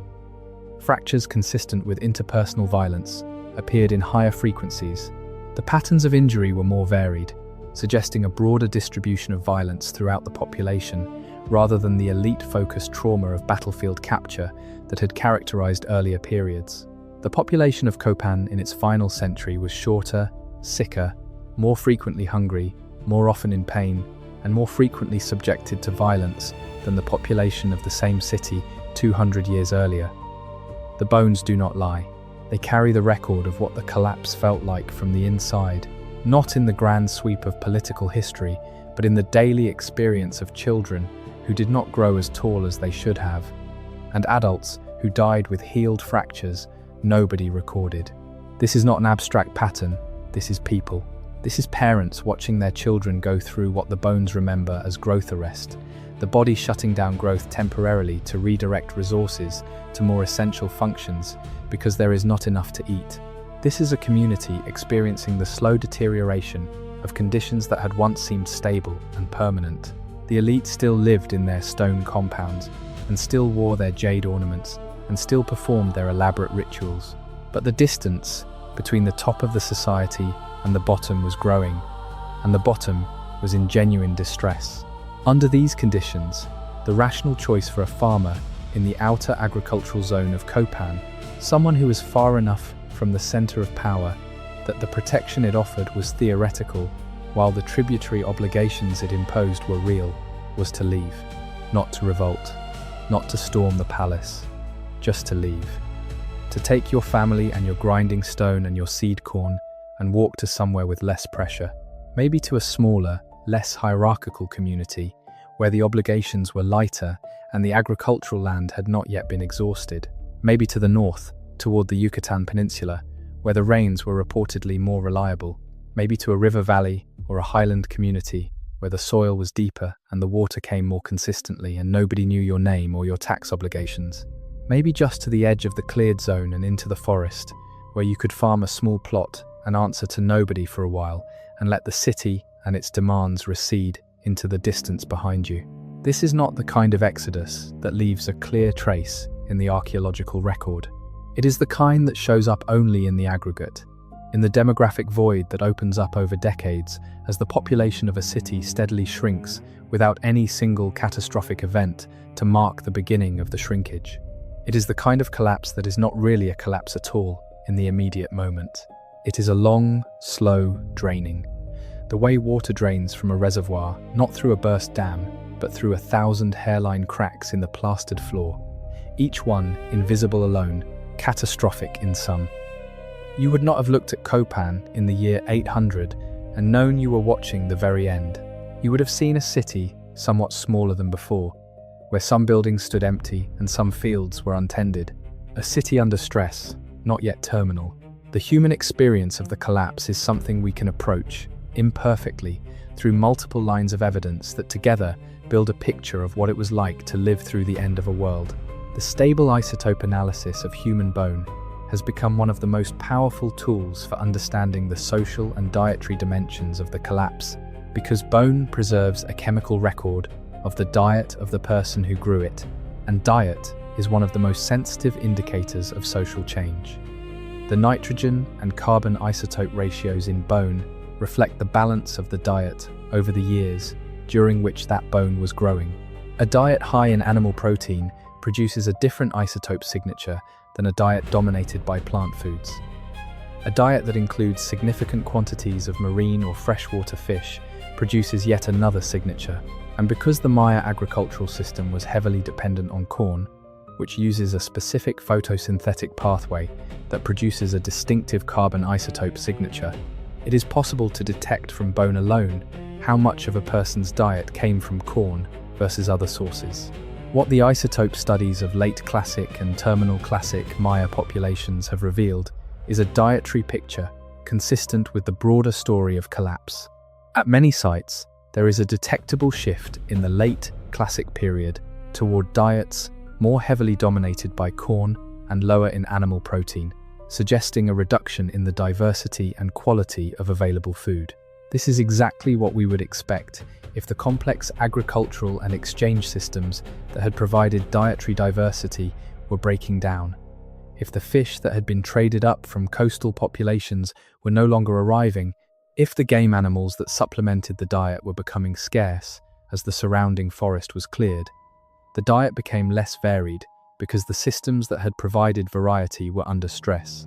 The ancient DNA evidence, which has become available only in the past decade as the technology for extracting and sequencing ancient genetic material from tropical skeletal remains has improved, has added another dimension to this picture.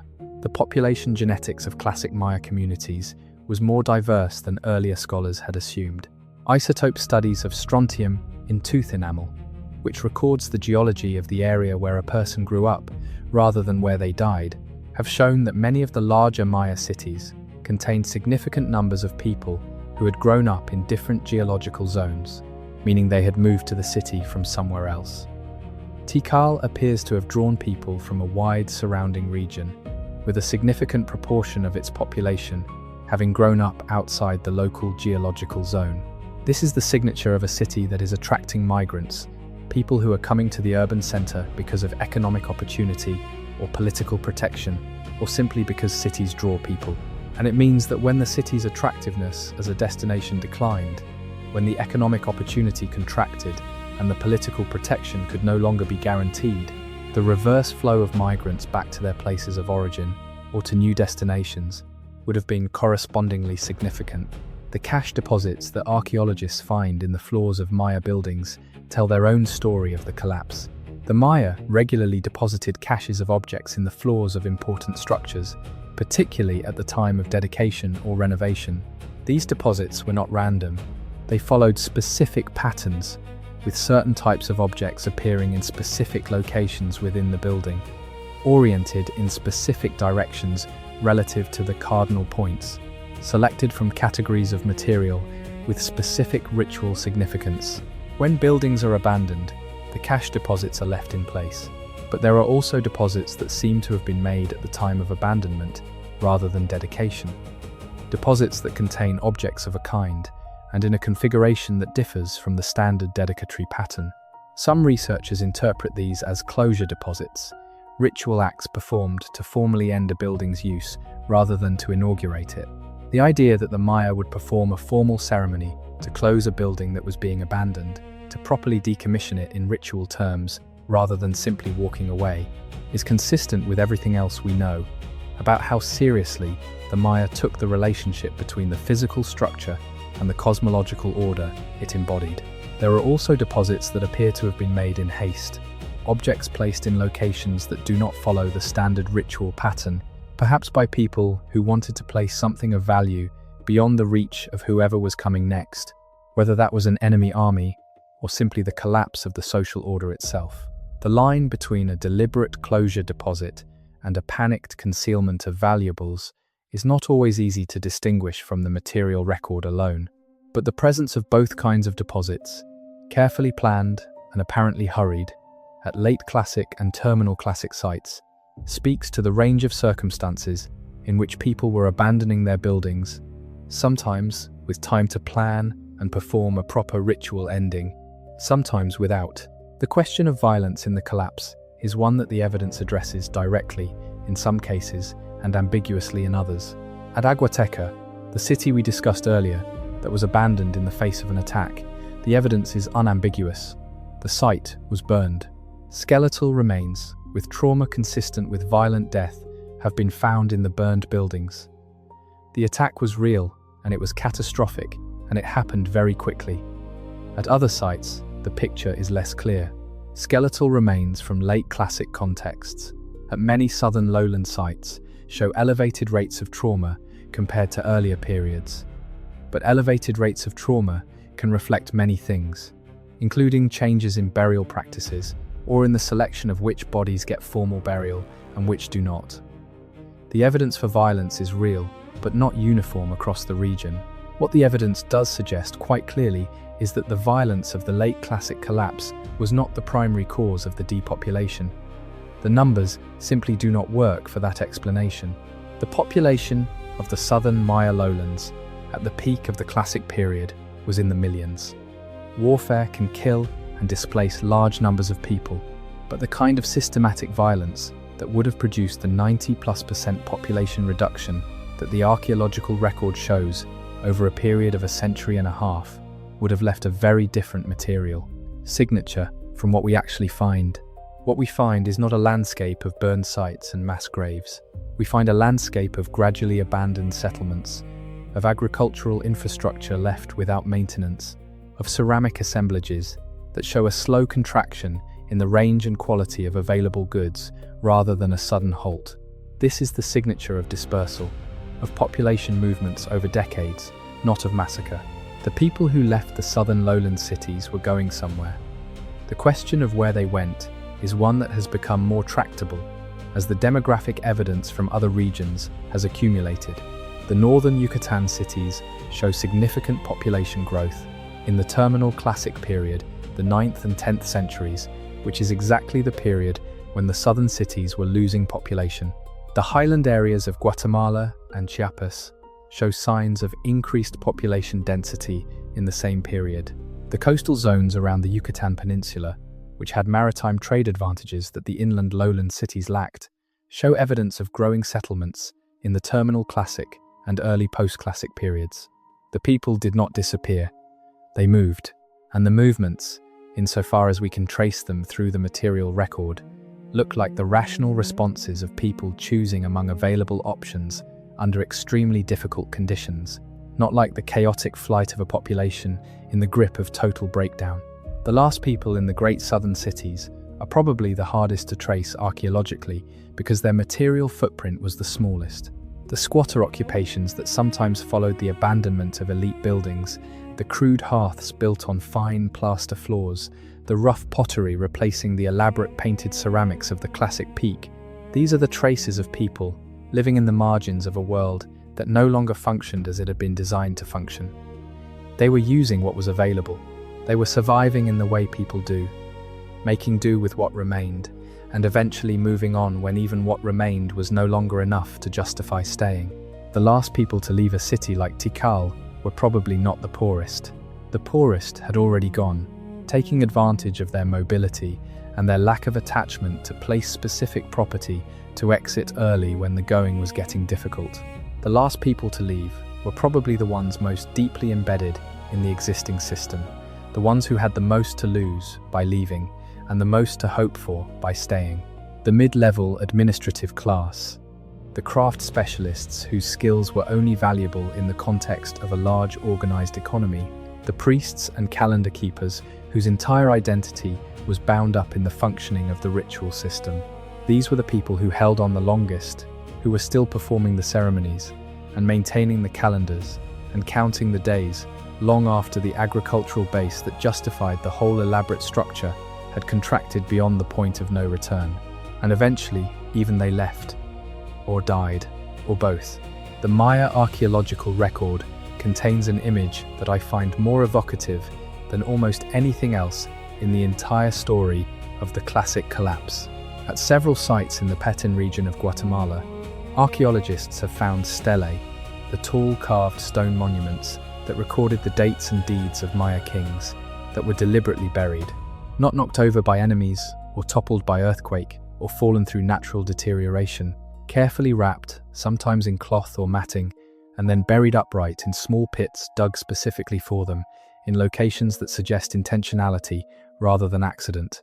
Someone, in the final days of a city's occupation, took the time to bury the monuments, to protect them, to put them somewhere safe, where they might survive what was coming. The people who did this may have believed that the city would eventually be reoccupied, that someone would come back and find the monuments and know what to do with them. Or they may simply have felt that the monuments deserved better than to be left in the open, exposed to the weather and to whatever was going to happen next. Either way, it is an act of extraordinary care in the context of collapse. It is the gesture of someone who still cares about the record, who still believes that the record matters, even when everything that the record recorded has ceased to function. The cities emptied, the monuments stood or fell, the forest returned, the people moved on. In the centuries after the classic collapse, the survivors and their descendants built new things in new places. In the northern Yucatan, the cities of the terminal classic and early post-classic periods developed in ways that bear the clear marks of the southern tradition, but also reflect the new circumstances of a post-collapse world. The Puuc cities in particular, clustered in the low hills of the northwestern Yucatan, developed an architectural vocabulary that in some ways exceeds even the classic period in the refinement and density of its surface decoration. The facades of buildings, like the Palace of the Governor at Uxmal, covered from base to cornice in thousands of individually carved stone mosaic pieces, assembled into geometric and iconographic patterns of extraordinary complexity, represent an investment of skilled labor and artistic intelligence that contradicts any simple narrative of post-collapse cultural decline. These cities were smaller than Tikal and Calakmul had been at their peak. They were organized differently, with fewer of the enormous labor-intensive monumental construction projects that had characterized the Southern Classic at its height. They were more closely integrated with the long-distance maritime trade networks that ran around the Yucatan Peninsula and along the Gulf and Caribbean coasts. They were, in some ways, more sustainable. They did not build as if they were going to last forever. They built as if they understood that forever was a long time. And eventually, in the 13th and 14th centuries, even these northern cities lost their central authority and reorganized into a landscape of smaller, more dispersed political units, still recognizably Maya, still speaking Maya languages and using Maya calendars and observing Maya ceremonies, but no longer organized around the kind of divine kingship and monumental urban centers that had defined the classic period. The 16th century, when the Spanish arrived, found the Yucatan divided among about 17 petty kingdoms in more or less continuous competition with each other, with memories of Chichen Itza and the earlier great cities preserved in documents like the books of Chilam Balam, collections of ritual and historical knowledge assembled in Maya communities during the colonial period that contain passages of startling antiquity and a kind of grief for the classical past that is unmistakable even in translation. The highlands of Guatemala at the same time were organized into a different kind of political landscape entirely, one in which the Quiche kingdom, centered on the great highland city of Cumarcaj, had established a form of political dominance over much of the region that, while not a classic Maya polity in the old sense, was a sophisticated and formidable state. When Pedro de Alvarado arrived in Guatemala in 1524 with a Spanish force and a large contingent of indigenous allies from central Mexico, the resistance he encountered was serious, organized, and sustained in ways that reflected a political tradition with deep roots. The conquest of the Maya highlands was not completed for decades after the initial Spanish incursion. In the lowland south, where the great classic cities had been, there was less to conquer, which made conquest paradoxically harder. Without a central authority to defeat and a capital to occupy, the Spanish had to chase dispersed and mobile populations through a landscape that was not organized to accommodate the kind of centralized administrative takeover that had worked so efficiently against the Aztec Empire. The last independent Maya kingdom, the Itza Maya of the central Petén lowlands, centered on the island city of Nojpetén on Lake Petén Itza, was not conquered until 1697. That is 175 years after the fall of Tenochtitlan. 175 years in which a Maya kingdom maintained its sovereignty in the heart of the old lowland territory, not far from the ruins of the great classic cities, while the Spanish Empire consolidated its hold on virtually all of the rest of the Americas. When Martin de Ursua finally took the island city with a force of several hundred soldiers and Maya allies, the Itza king Canek was not killed.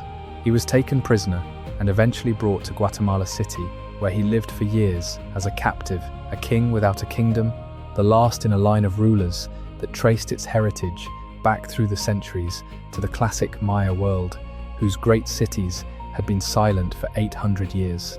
There is something in that image, the last Maya king in captivity in a colonial city, that contains the whole arc of the story we have been following. The classic cities felt a climate and drought and war, and the slow erosion of everything that made them possible. But the Maya did not fall. They adapted and moved, and rebuilt and resisted and continued, gaining. Through the collapse and through the reorganization, and through the Spanish conquest, and through 300 years of colonial rule, and through independence, and through the terrible violence that many Maya communities experienced in the 20th century, particularly in Guatemala in the 1970s and 80s, the Maya have continued.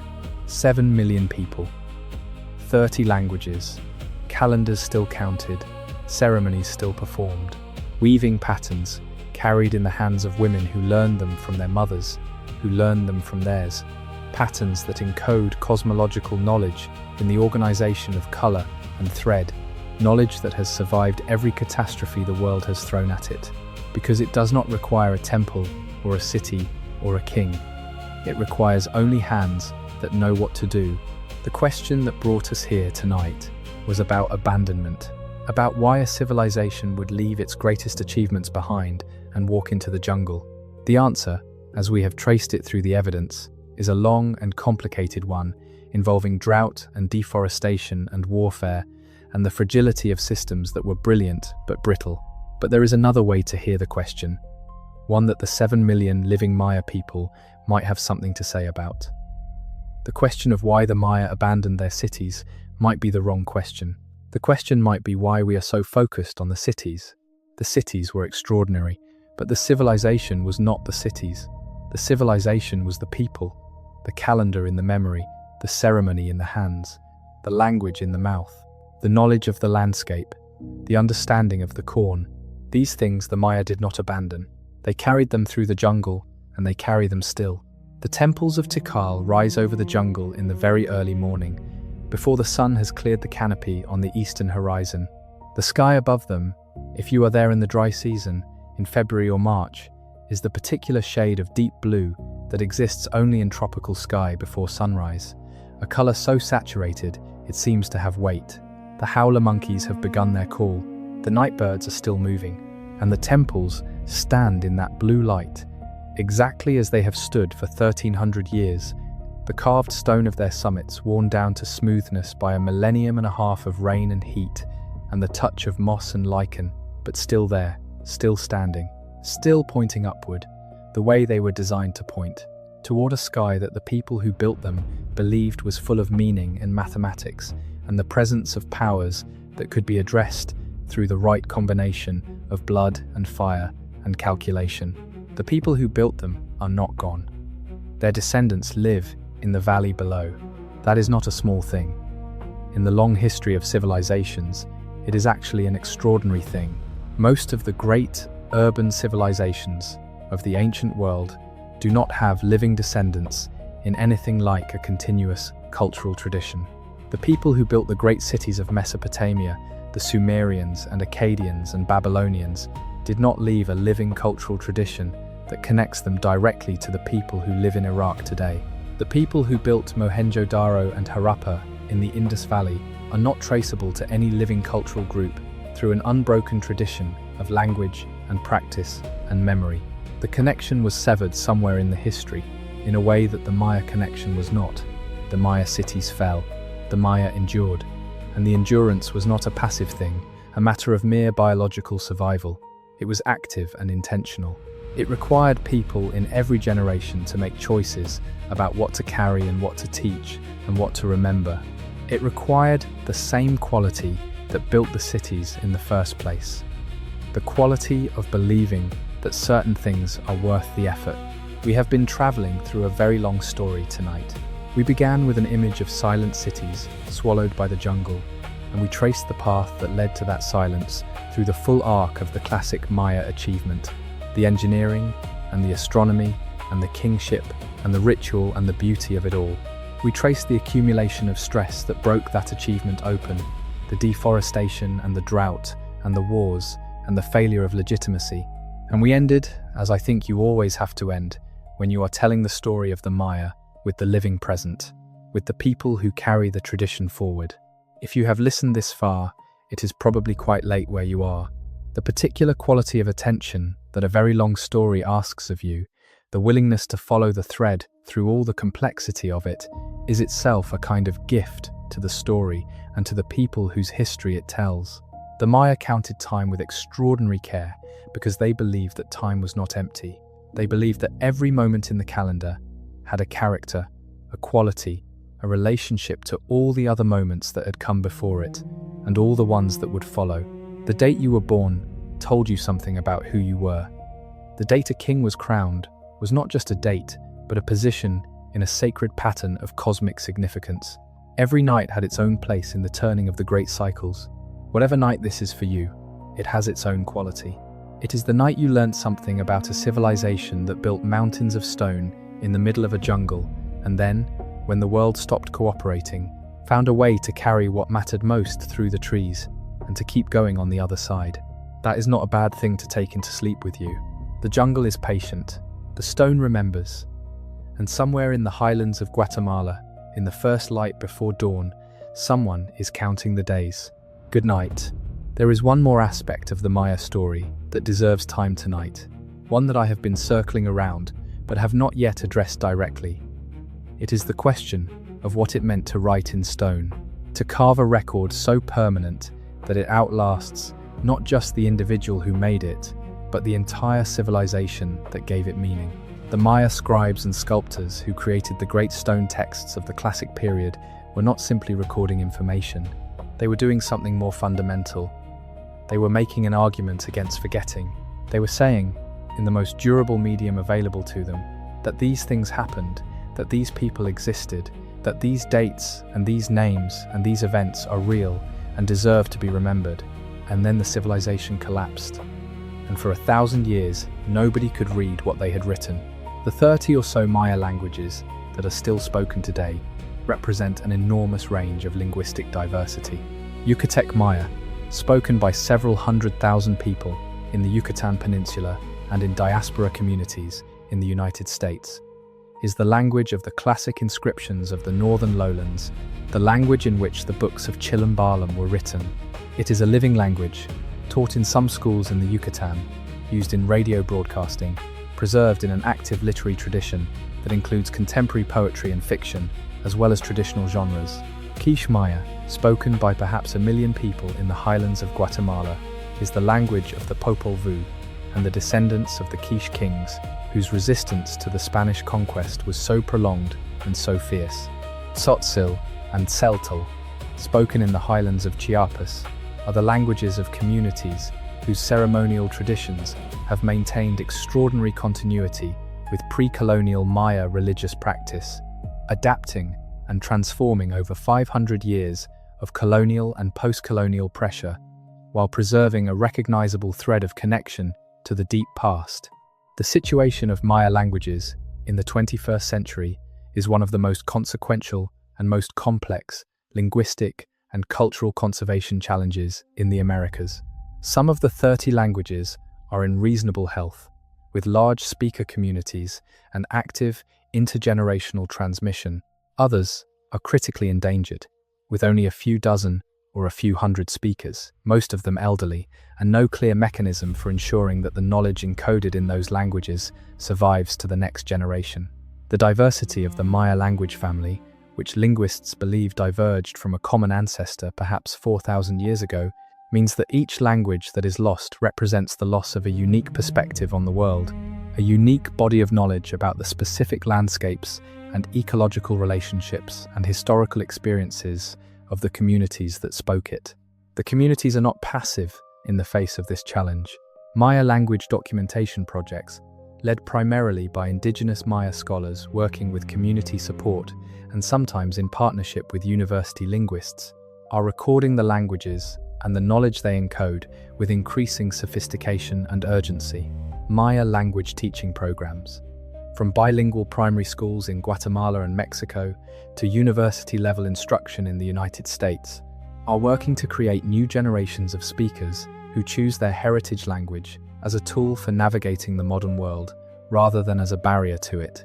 Maya writers and musicians and filmmakers are creating new work in their languages, work that draws on the classic tradition but also engages with the contemporary world in ways that their classic period ancestors could not have imagined. The political dimension of Maya cultural survival is inseparable from the linguistic and cultural dimensions. The rights of Maya communities to their languages, their territories, their sacred sites, their ceremonial practices, and their forms of governance have been contested and violated throughout the colonial and post-colonial period, and continue to be contested today, in ways that are sometimes subtle and sometimes not subtle at all. The struggle of the Zapatista communities in Chiapas, which began publicly on the 1st of January 1994, the same day that the North American Free Trade Agreement went into effect, was in part a struggle for indigenous political rights and economic justice, but was also, at a deeper level, a struggle about whether indigenous communities would be allowed to maintain their distinctive ways of being in the world in the face of economic and political forces that were organized to transform them into something else. The Zapatista communities are predominantly Tzeltal and Tojolabal and Tzotzil Maya, and the political project they have been pursuing for more than 30 years is inseparable from the cultural and linguistic projects of maintaining and transmitting a specifically Maya way of understanding the world. The connections between these contemporary struggles and the story of the classic collapse are not just metaphorical. The same combination of forces that stressed the classic Maya world, pressure on land and water resources, political systems that distributed the costs of environmental stress unequally, climate variability that reduced the agricultural surplus on which social complexity depended. These forces are operative in the contemporary Maya world in forms that are different in their details, but recognizable in their structure. The communities of the Guatemalan highlands are experiencing the effects of climate change in ways that are immediately practical. The rains are less reliable, the dry seasons are longer, the corn does not always grow the way it is supposed to. The communities of the Yucatan Peninsula are watching the cenotes that their ancestors prayed to being polluted by the runoff of tourist infrastructure and the seepage from poorly managed waste systems. And the Maya communities are responding to these pressures in ways that draw on their tradition of adaptive resilience. They are combining traditional ecological knowledge with modern scientific methods to understand what is happening to their landscapes and to develop responses that are grounded in their specific understanding of the relationship between the community and the land. They are using the political and legal tools available to them in the contemporary world to assert their rights to land and water and sacred sites. They are, in short, continuing to do what their ancestors did through every catastrophe that the past 2,000 years has presented. They are adapting. They are maintaining the thread. They are carrying the essential things forward into a future that nobody has yet been able to fully see. The decipherment of the Maya script is one of the great intellectual achievements of the 20th century. It did not happen in a single moment of inspiration. It happened over decades of collaborative, sometimes contentious, often politically complicated scholarly work, involving researchers from the Soviet Union and the United States and Mexico and Guatemala, linguists and archaeologists and art historians and indigenous Maya scholars, people who disagreed sharply about methods and conclusions and who sometimes refused to speak to each other at professional meetings. The decipherment that emerged from all of this conflict and collaboration revealed, for the first time, a history that the Maya had written for themselves. Not a history written by the Spanish missionaries who destroyed Maya books in the 16th century, burning every codex they could find because they believed the books contained the work of the devil. Not a history written by the 19th century explorers who had decided in advance what kind of people could and could not have built these structures. The history the Maya wrote for themselves. And that history, it turns out, is both more and less than what earlier scholars had imagined. More, because the level of political complexity and military sophistication and intellectual achievement recorded in the texts goes well beyond what the earlier model of the Maya as peaceful stargazers had allowed for. Less, in the sense that the Maya were not the mysterious ancient aliens or the representatives of a lost super-civilization that some popular accounts had suggested. They were human beings. They had kings who lied on their monuments, and kings who were competent, and kings who were brilliant, and kings who were terrible. They had nobles who plotted against each other, and merchants who cheated their customers, and farmers who were desperately tired of paying tribute. They had loves and hatreds and petty grievances and extraordinary courage and moments of profound intellectual beauty. They were, in every respect that the evidence allows us to see, people. Understanding that the Maya were people, fully human and fully complex, does not diminish the achievement of what they built. It amplifies it, because everything they did without the technological advantages that the modern world takes for granted. No steel tools, no wheeled vehicles, no draft animals beyond the human body itself. The millions of tons of stone that make up the great Maya cities were quarried with stone tools and moved by human labor, organized by a social system complex enough to coordinate tens of thousands of workers over decades and generations. The lime plaster that covers the temples was produced by burning limestone with wood fires tended by workers who were doing it the same way their parents had done it and their grandparents before that, through a chain of accumulated knowledge that stretched back centuries. The astronomical observations that produced the Maya calendar were made by people standing on pyramid summits in the dark tracking the positions of stars and planets with the naked eye and recording what they saw in a script that their successors could read and build on. It is the accumulation of knowledge across generations that makes civilization possible. Not technology in the hardware sense, not tools and materials, but the transmission of understanding from one generation to the next, the willingness of each generation to learn what came before and to add to it and to pass the whole thing on. The Maya did this with extraordinary success for 800 years in the Classic period, building on pre-classic foundations that went back centuries before that, and transmitting what they built to the post-classic and colonial and modern periods that came after. The thread of transmission was sometimes nearly broken. It may have come very close to breaking entirely during the worst decades of the Classic collapse, when the social systems that coordinated the transmission were under their most extreme stress. It certainly came close again during the Spanish colonial period, when the deliberate destruction of Maya books and the suppression of Maya ceremony and the forced conversion of Maya communities nearly severed the connection between the living tradition and its deepest roots. But the thread held. It held because knowledge that is embodied in practice, in the hands that know how to weave a particular pattern, in the voice that knows the particular phrasing of a particular ceremony, in the feet that know the path between villages that follow the ancient roots, is more resilient than knowledge that is only stored in books. You can burn a book. You cannot burn the pattern in the weaver's hands unless you also eliminate the weaver. And even then, if even one person who saw the pattern being woven is still alive somewhere and can teach someone else what they saw, the pattern survives. The books of Chilam Balam are among the most remarkable documents in the history of any civilization.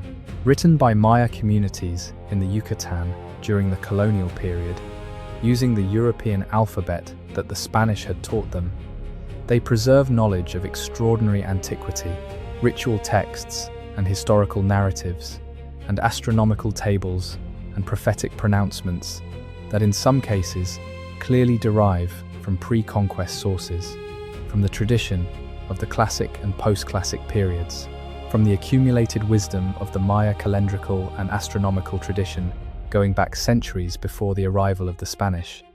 The people who wrote these books were not trained in European scholarly traditions.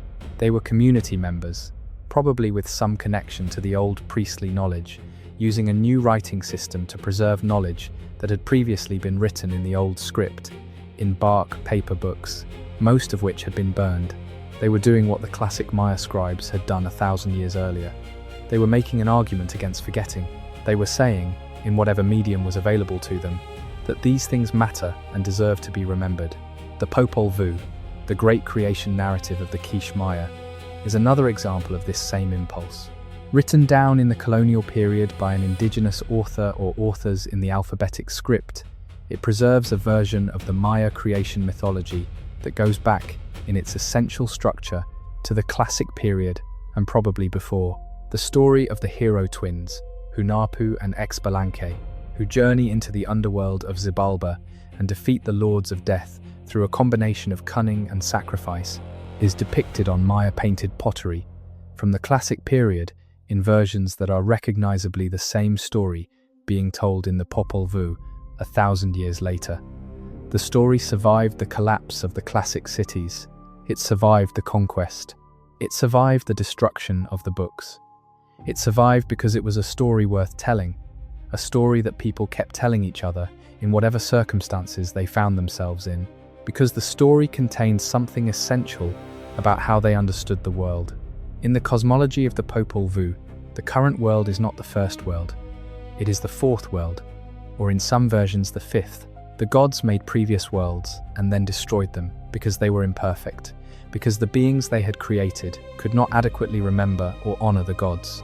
The current world was made from corn, and the people in it were made from corn, and the obligation of the people to remember and honor the gods is built into the very substance of their bodies. To forget the gods, in this cosmology, is not just impiety, it is a kind of self-erasure. It is the failure of the corn people to be what corn people are. This is a cosmology that takes memory very seriously. It understands forgetting as a form of death and remembering as a form of life. And it seems to me thinking about the whole arc of the story we have been following tonight, that this understanding has something to do with how the Maya tradition survived the catastrophes that should have ended it. A people who understand memory as the essential act of being human will make extraordinary efforts to remember. They will carry the calendar through the jungle. They will write the old stories in the new alphabet. They will teach the weaving pattern to their daughters in circumstances where the transmission might seem almost impossibly difficult. They will do these things not because they are easy, but because the alternative is a form of death that is worse than the physical kind. The cities that the classic Maya built are extraordinary. They are still extraordinary.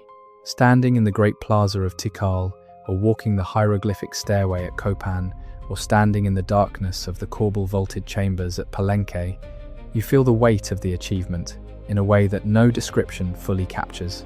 But the cities are the visible part of a tradition that goes deeper and extends further than the stones. The calendar and the astronomy and the writing system and the agricultural knowledge and the medical knowledge and the weaving knowledge and the ceremonial knowledge and the mythological knowledge, all of this is as much a part of the Maya achievement as any pyramid, and most of it is still alive. When we ask why the Maya abandoned their greatest cities and walked into the jungle, we are asking a question that privileges the cities over the civilization. We are assuming that the cities were the point, that everything the Maya built and knew and did found its highest expression in the stone pyramids and the long counts and the elaborate royal ceremonies. But perhaps the Maya themselves would have told it differently. Perhaps they would have said that the cities were one expression of the tradition, a very large and very costly expression, one that was appropriate to a particular set of ecological and political and climatic conditions, and that became inappropriate when those conditions changed. And when the conditions changed, they adapted. They carried what was essential and left what was not. The essential thing was not the pyramid. The essential thing was the corn, the calendar, the knowledge of when to plant and when to harvest, and how to read the sky to know when the rain was coming, the knowledge of how to talk to the gods, the knowledge of how to tell the story. The corn grows at a certain altitude in the highlands of Chiapas and Guatemala. It has been growing there for thousands of years. The people who grow it know things about the soil and the climate and the timing and the varieties and the care of the corn that took generations to accumulate and that are not written in any book that a university library would. Recognize, they know it the way you know how to walk, the knowledge in the body and not only in the mind. This knowledge is threatened now by climate change and by the homogenization of global agriculture and by the migration of young people away from traditional farming communities. It is threatened in ways that the collapse of the classic cities, for all its drama, did not threaten it. Because the classic collapse was a political and economic catastrophe that reorganized the social system but left the agricultural landscape and the agricultural knowledge relatively intact. The people who walked out of Tikal knew how to grow corn. They knew how to read the sky. They took that knowledge with them and they used it in their new locations and they passed it on. What threatens the living tradition of Maya agricultural knowledge now is the replacement of that local, accumulated, embodied knowledge with a globally standardized system that does not know the specific characteristics of a specific hillside in a specific valley at a specific altitude in the Guatemalan highlands. It is a different kind of loss from the one we have been tracing tonight, and it is happening right now. But that, as I said, is a story for another night. Let me bring us back to where we began, to the jungle and the silence and the temples rising above the canopy in the light before dawn, to the question that has been underneath everything we have been discussing tonight, which is what it means for a great civilization to fall, what it costs, what survives. The classic Maya civilization fell because the conditions that made it possible changed in ways that the civilization could not absorb without changing itself fundamentally. The droughts reduced the agricultural surplus that fed the cities. The wars, intensified by resource scarcity, destroyed the infrastructure and the labor force and the trading relationships that cities depended on. The divine kingship, which had been the organizing principle of Maya political life for centuries, lost its claim to legitimacy when the kings could no longer deliver the cosmic goods, and the people, making rational decisions, in impossible circumstances, chose survival over loyalty to a system that was no longer functioning. They walked away, and in walking away, they preserved the essential things, the knowledge and the tradition and the language and the understanding of the world, in forms that could survive the journey through the jungle to wherever came next. What the stones remember is the high point. The temples and the inscriptions and the astronomical tables, preserved in plaster and pigment, all of this records the moment of greatest elaboration, the peak of the classic period, when the cities were at their largest and their grandest and their most complex. It does not record the full depth of the tradition, which goes back to the early farming communities of the pre-classic period and forward to the living communities of today. The stones show us a snapshot of a very long story, a dramatic and beautiful snapshot, but a snapshot. The full story is much longer, and in some ways more remarkable. It is the story of a people who have lived in their homeland for thousands of years, and who have built and rebuilt and adapted and survived through every catastrophe that the world has offered. From the classic collapse, to the Spanish conquest, to the colonial period, to the violence of the 20th century, who still speak their languages and tend their corn and count their days. The cities that the Maya built and then walked away from are monuments to what human beings can achieve when they organize themselves well and invest over generations in the transmission of accumulated knowledge. The fact that those cities eventually failed is not a refutation of the achievement. It is a reminder that no achievement is permanent, that the conditions that make great things possible are always contingent and always temporary, and that the most important thing is not the monument, but the knowledge that made it possible, because the knowledge can survive the monument. And sometimes, if you carry it carefully through whatever jungle is in your way, it can be the basis for something new. The corn grows, the days are counted, the story continues. There is one final image I want to leave you with. It comes from the city of Yaxchilan, a Maya site on the Usumacinta River in Chiapas, Mexico, in a spectacular and remote location, accessible today only by a small boat that winds down the river through a jungle corridor that feels, even now, at the edge of the world. The site sits on a tight bend in the river, with limestone cliffs rising behind it and the river on three sides, a naturally defensible position that the Maya developed into a city of considerable importance in the late classic period. The rulers of Yaxchilan are known to us now by name and by face, their portraits carved on the stone lintels above the doorways of their temples with a specificity and an individuality that is rare even in the classic Maya record. There is a lintel at Yaxchilan that depicts a scene from the reign of a king named Shield Jaguar. It was carved sometime in the early 8th century, at a moment when Yaxchilan was at the height of its influence. The scene on the lintel shows a bloodletting ceremony. Shield Jaguar stands with a large torch, and his wife, Lady Exoc, kneels before him, drawing a thorn rope through her tongue as the blood falls into the offering bowl. It is an extraordinary image. The sculptural quality is superb. The carving of the elaborate costumes and headdresses done with a precision that allows modern archaeologists to identify specific textile patterns and specific feather types and specific jade ornament forms. It is the work of a master craftsman at the peak of his tradition, and it depicts an act of extraordinary pain performed by a woman for whom that pain was not violence done to her, but an offering made by her, an act of will and of belief. Lady Exoc believed that what she was doing mattered, that her blood, offered in the proper manner, at the proper time, in the proper ritual context, would open a channel of communication between the human world and the divine world, would carry her petition upward through the smoke, would make something happen in the cosmic order that needed to happen for the well-being of her city and her people.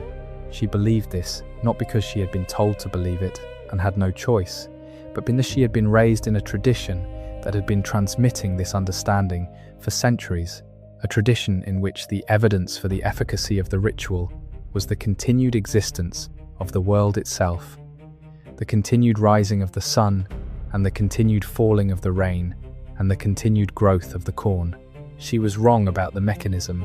We know now that blood smoke does not open divine channels, and that the rain comes and goes according to atmospheric dynamics that have nothing to do with royal bloodletting ceremonies. But she was not wrong about everything.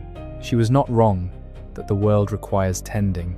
She was not wrong that the relationship between a human community and the natural world that sustains it demands attention and care and investment and sacrifice. She was not wrong that some things are worth suffering for.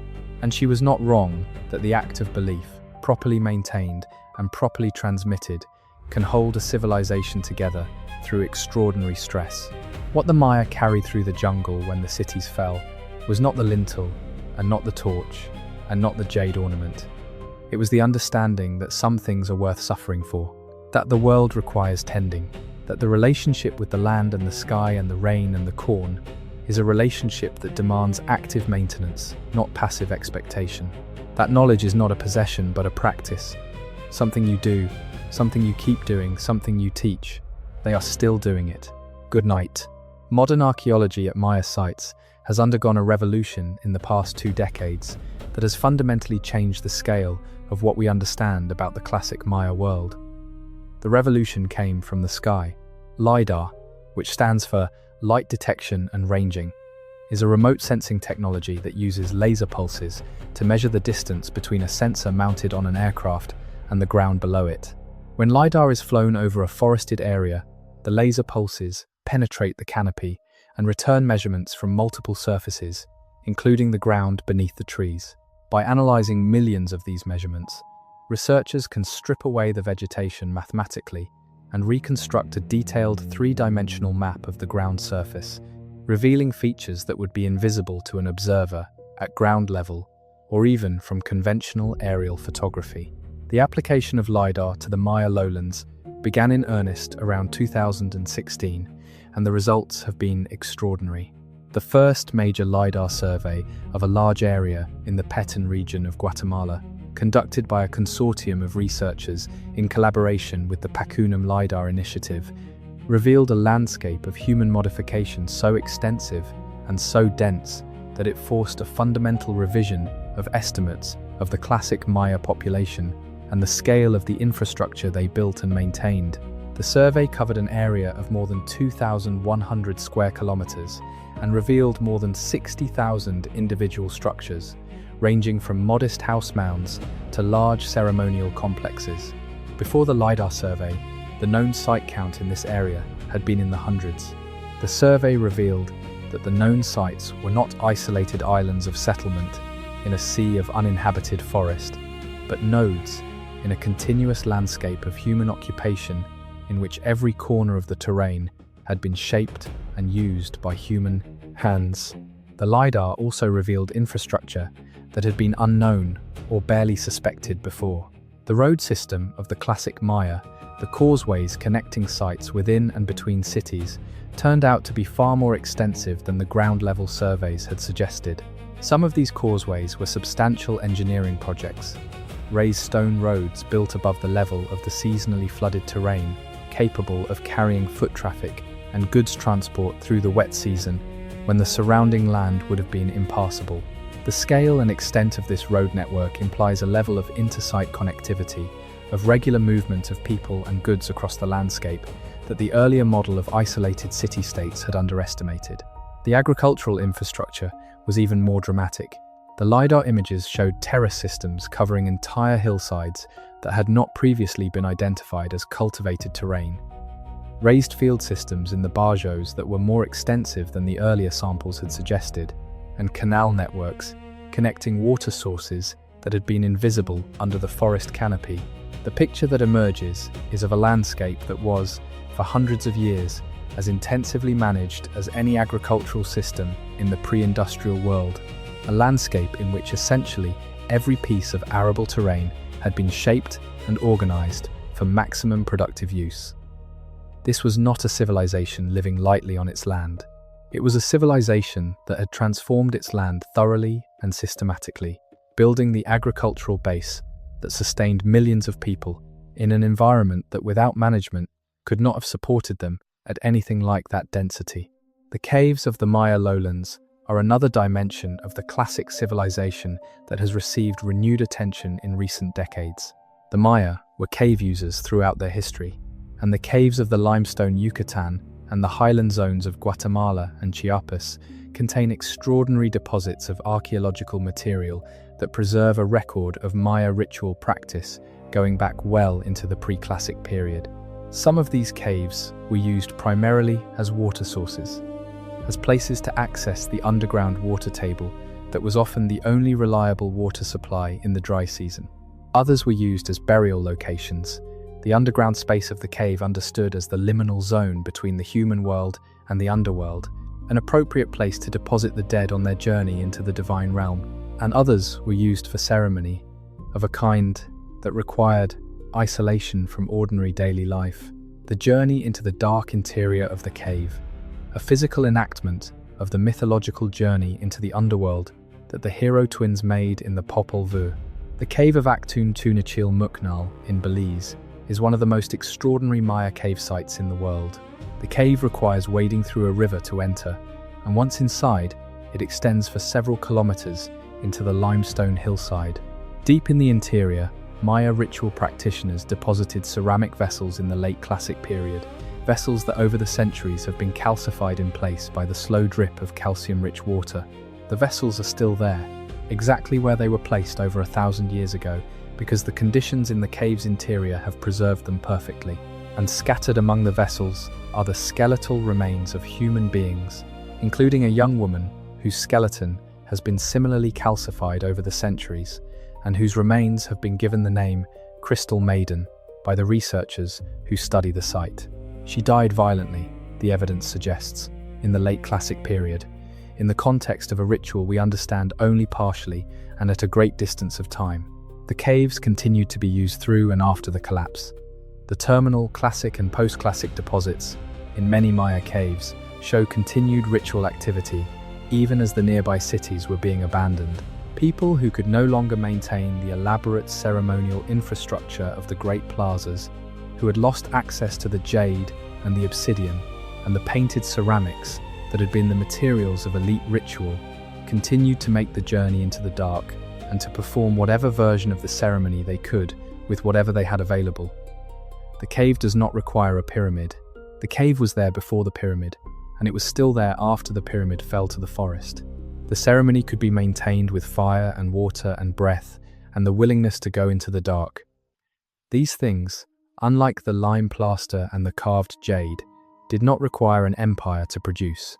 The history of how we came to know the Maya, as well as we do now, is itself a story worth telling, and it is one that touches on some of the deepest questions about who gets to tell a civilization's history and what it means to be a descendant of a tradition that was systematically suppressed.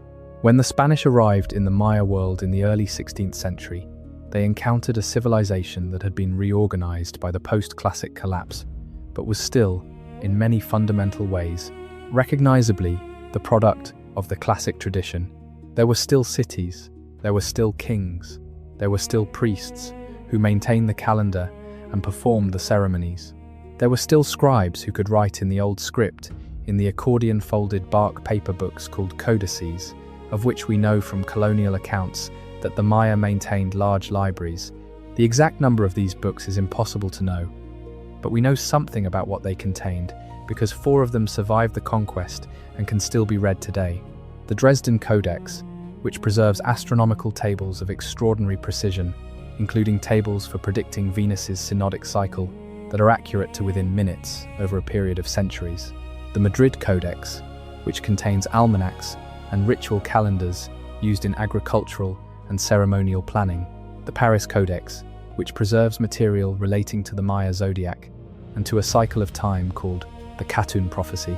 And a 4th codex, discovered in the 1960s and still subject to scholarly debate about its authenticity, the Grolier Codex, which also deals with Venus tables. 4 books, out of libraries, out of centuries of accumulated written knowledge. The rest were burned by the Spanish missionaries who arrived with the conquistadores and who believed, with genuine conviction, that the Maya books were the work of the devil, that they contained nothing of value and everything of danger. The most infamous act of deliberate cultural destruction in the history of the Maya was performed by a Franciscan friar named Diego de Landa in 1562 in the town of Mani, in the Yucatan Peninsula. Landa organized an auto da fe, a ritual of public penance and purification in which Maya idols and books were destroyed. By his own later account, he burned 27 rolls of hieroglyphic characters and a great number of figures and signs, along with the idols. The Maya who witnessed the destruction wept, he noted. He seems to have found this evidence of how much the books meant to them puzzling. The irony of Landa is that he is also the source of our most important early information about the Maya writing system. Shortly after the burnings, and possibly motivated by some awareness of what had been lost, Landa recorded a detailed account of Maya customs and beliefs, and included in that account a description of the Maya alphabet, as he called it, in which he showed the glyphs that the Maya scribes used for each letter in the Spanish alphabet. The result was not, in fact, an alphabet, because the Maya script is not an alphabet.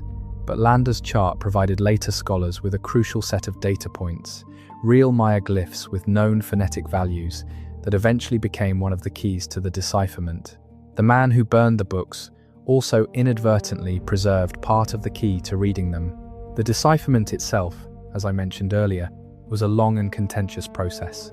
For most of the 19th and early 20th centuries, the dominant view in Maya studies was that the glyphs were primarily pictographic and ideographic, that they recorded astronomical and calendrical information rather than linguistic content. This view was associated particularly with the American archaeologist J. Eric S. Thompson, who dominated the field for decades and whose authority was formidable enough to delay the acceptance of work that contradicted his conclusions. The work that ultimately broke the impasse was done partly by Yuri Konorazov, a Soviet linguist who published his initial phonetic decipherment in 1952 and was largely ignored or dismissed by the Western academic establishment for years, partly for political reasons related to the Cold War, and crucially by Tatiana Proskuryakov, a Russian-American researcher at the Peabody Museum at Harvard, who in 1960 published a paper demonstrating that certain groups of dates on Maya monuments fell within human lifespan ranges, and that the monuments were therefore recording the histories of individual rulers, not astronomical cycles. Proskuryakov's work was the intellectual turning point. Once it was accepted that the monuments were recording history, the phonetic approach to decipherment became much more productive. Because if you know what the text is about, general category, you have a framework for testing phonetic hypotheses against the content. The collaborative work of subsequent decades, drawing on the contributions of scholars from many countries, and eventually including Maya scholars working in their own linguistic traditions, produced the largely complete decipherment that we have today. We cannot read every glyph in every text. There are still passages that are opaque, either because the glyphs are too eroded or because we are missing context that would make the meaning clear. But the general structure of the writing system is understood, and large portions of the Maya historical record can be read. What that record reveals, as I said earlier, is not the peaceful astronomer priests of the earlier romanticized model. It reveals a complex, competitive, militarized political landscape in which kings conducted wars and commissioned propaganda and formed alliances and broke them and were sometimes deposed and sometimes killed and sometimes managed to die peacefully of old age and have enormous temples built over their tombs. It reveals a tradition of political rhetoric and dynastic history that has much in common with the royal inscriptions of other ancient civilizations, from Mesopotamia to Egypt to China, in its interest in legitimizing the current ruler by connecting him to a prestigious lineage, and in its tendency to record victories rather than defeats. It reveals a world of human beings making human choices under human pressures, and it reveals, in some of the more personal and literary texts, moments of genuine feeling that cross the distance of 1,300 years with something close to immediacy. There are Maya texts that talk about loss, about the grief of a king who has lost a child, or the memory of a queen who is commemorated by her son on a monument erected after her death. There are texts that talk about the uncertainty of the future, about the knowledge that the world moves in cycles and that what has been built may not last. There is a phrase in the classic Maya corpus that translates approximately as, the burden of the years, the weight that each unit of time carries, the sense that time is not empty, but loaded with significance and consequence. The Maya understood time as something that had to be born, not just measured.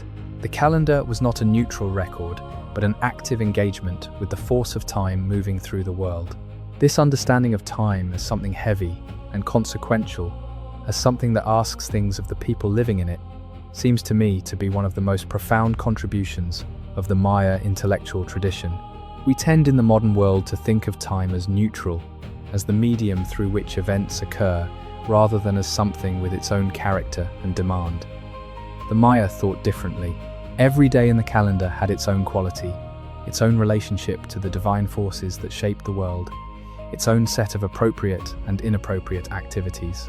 To live well was to live in harmony with the calendar, to do the right things at the right times, and to refrain from the wrong things at the wrong times.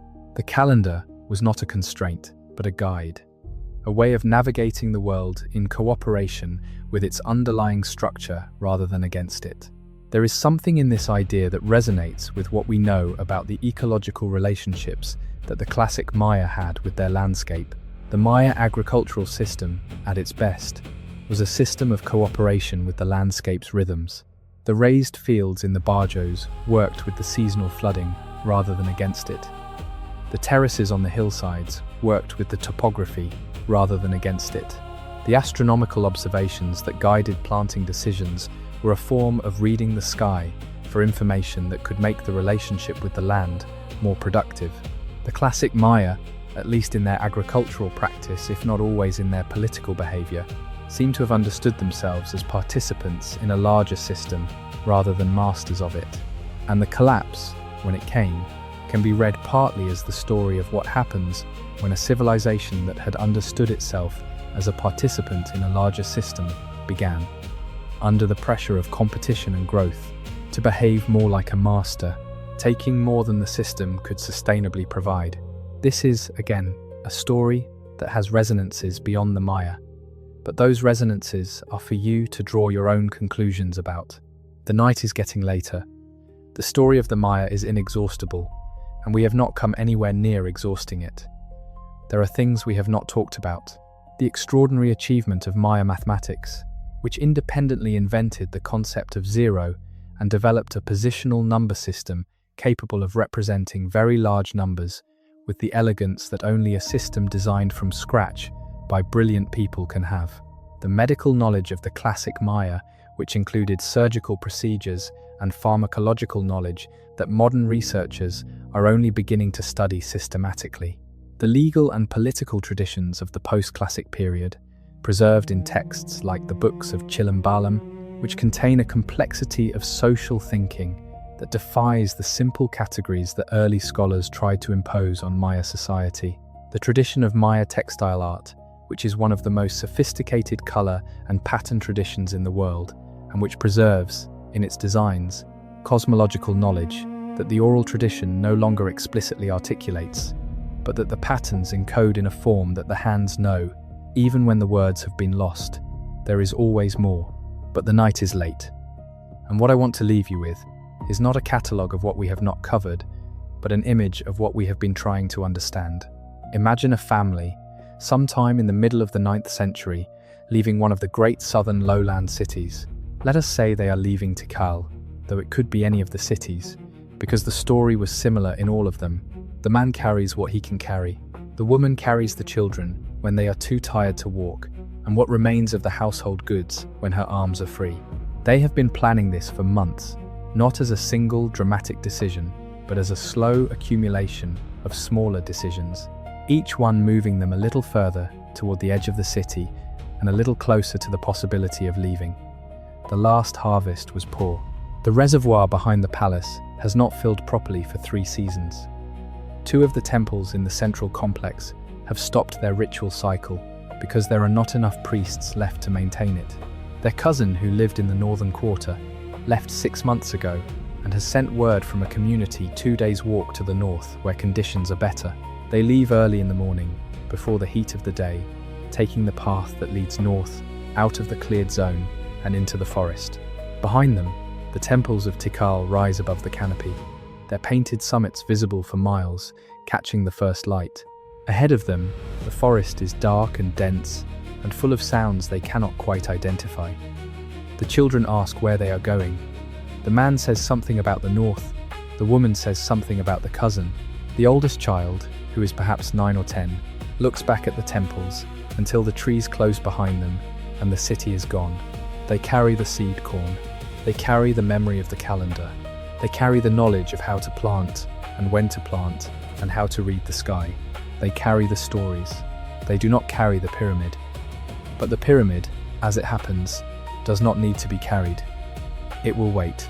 It will wait 900 years for Frederick Catherwood to arrive with his camera, lucida, and his extraordinary skill and begin to sketch the carvings that nobody from the outside world has been able to read for centuries. It will wait another 100 years for the scholars who will finally decode the writing and give back to the descendants of the people who wrote it the history that their ancestors tried to preserve in stone. It will wait, through all of that, with the patience that only stone can have. Patient, covered in green, full of everything that was carved into it, with the intention of being remembered. The family in the forest has been dead for 1200 years. Their descendants, by every available measurement, are alive. They live in communities throughout the Maya lowlands and highlands. They count their days.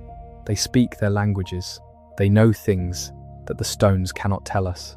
If you ask me which part of the Maya achievement is more remarkable, the temples or the survival, I would tell you the survival, every time. But I would not want to give up the temples. They are beautiful, and the people who built them deserve to have that beauty seen. Rest now. The story has been told. The children of the Maya today grow up in two worlds simultaneously. In the highland villages of Guatemala and Chiapas, in the lowland communities of the Yucatan and Petén, children learn from their earliest years the specific ecology of their specific landscape, the names and properties of the plants in the surrounding forest, the signs in the sky that indicate what the weather will do, the specific quality of soil in different parts of the family's fields, and what each part is best suited to grow. This is practical knowledge, accumulated across generations, essential for survival. It is also sacred knowledge in the Maya understanding, because the landscape is not a neutral backdrop to human activity, but a living system with its own intelligence and its own requirements, a system that must be understood and respected and addressed properly for the human community to flourish within it. The Maya have never separated the practical from the sacred, the agronomic from the ceremonial. The planting of corn is a ritual act. The reading of the calendar to determine the right day for planting is a scientific act. These are not contradictions. At the same time, these children navigate a world of smartphones and internet access and global media culture and the educational systems of their national governments, systems that were designed by and for a different cultural tradition, and that sometimes coexist uncomfortably with the indigenous tradition they are also inheriting. The negotiation between these two worlds is not simple, and the outcomes vary between communities and individuals. Some young Maya people move away from their communities entirely, entering the global economy in its urban form, losing daily contact with the traditional knowledge and practice that their grandparents embodied. Others remain in their communities and work to synthesize the traditional and the modern in ways that the older generation sometimes regards with suspicion and the younger generation regards as necessary for survival in the contemporary world. Still others become the translators and bridge builders between worlds, working as archaeologists and linguists and educators and activists to ensure that the knowledge of the traditional world is documented and preserved and transmitted in forms that can survive into a future nobody has yet been able to fully see. The knowledge that an elder Maya healer carries about the medicinal properties of specific plants in a specific highland environment represents the accumulation of observations across perhaps 40 generations of careful attention to the relationship between plant and illness and human body. The knowledge that a Maya farmer carries about the management of a specific milpa, the traditional polyculture plot of corn and beans and squash and other crops, represents the accumulation of observations across the same number of generations about the specific soil and water and microclimate of a specific piece of land. This knowledge is stored not in books, but in bodies and in practice, and in the relationships between people who know things and people who are learning. It is transmitted through exactly the mechanism that the Maya have always used to transmit what matters most: teaching, watching, doing, remembering, and beginning again in every generation, choosing to carry the thing forward rather than putting it down. The corn grows, the days are counted, the thread holds. And the night, wherever you are listening from, is a little shorter now than when we began. The temples are standing. The jungle is quiet. The days will be counted again in the morning. Good night. The astronomical knowledge of the Maya is worth dwelling on for longer than I gave it earlier, because it represents one of the most sustained and systematic scientific projects in the pre-Columbian world, and because the way the Maya organized their astronomical observations tells us something important about how they understood the relationship between knowledge and time. The Maya did not observe the sky casually or opportunistically. They observed it with the systematic rigor of people who believed that the movements of celestial bodies were not merely interesting, but cosmologically necessary to track, that the positions of the planets and the intervals between lunar cycles and the precise moments of the solstices and equinoxes were information of practical urgency, information that determined when to plant and when to harvest and when to perform which ceremonies, and when the character of the time was favorable for what kinds of undertakings. The sky was not above them. The sky was a text that they were continuously reading, and the reading of it was one of the most important intellectual activities a Maya community undertook. The Venus tables in the Dresden Codex are among the most impressive surviving artifacts of this observational tradition. Venus, as the brightest object in the sky after the sun and the moon, was one of the most important celestial bodies in Maya cosmology. The Maya tracked Venus's synodic cycle, the period between successive appearances of Venus as the morning star in the same position relative to the Sun, which averages 583 days. This is not a simple number. It does not fit neatly into the 260-day ritual calendar or the 365-day solar calendar.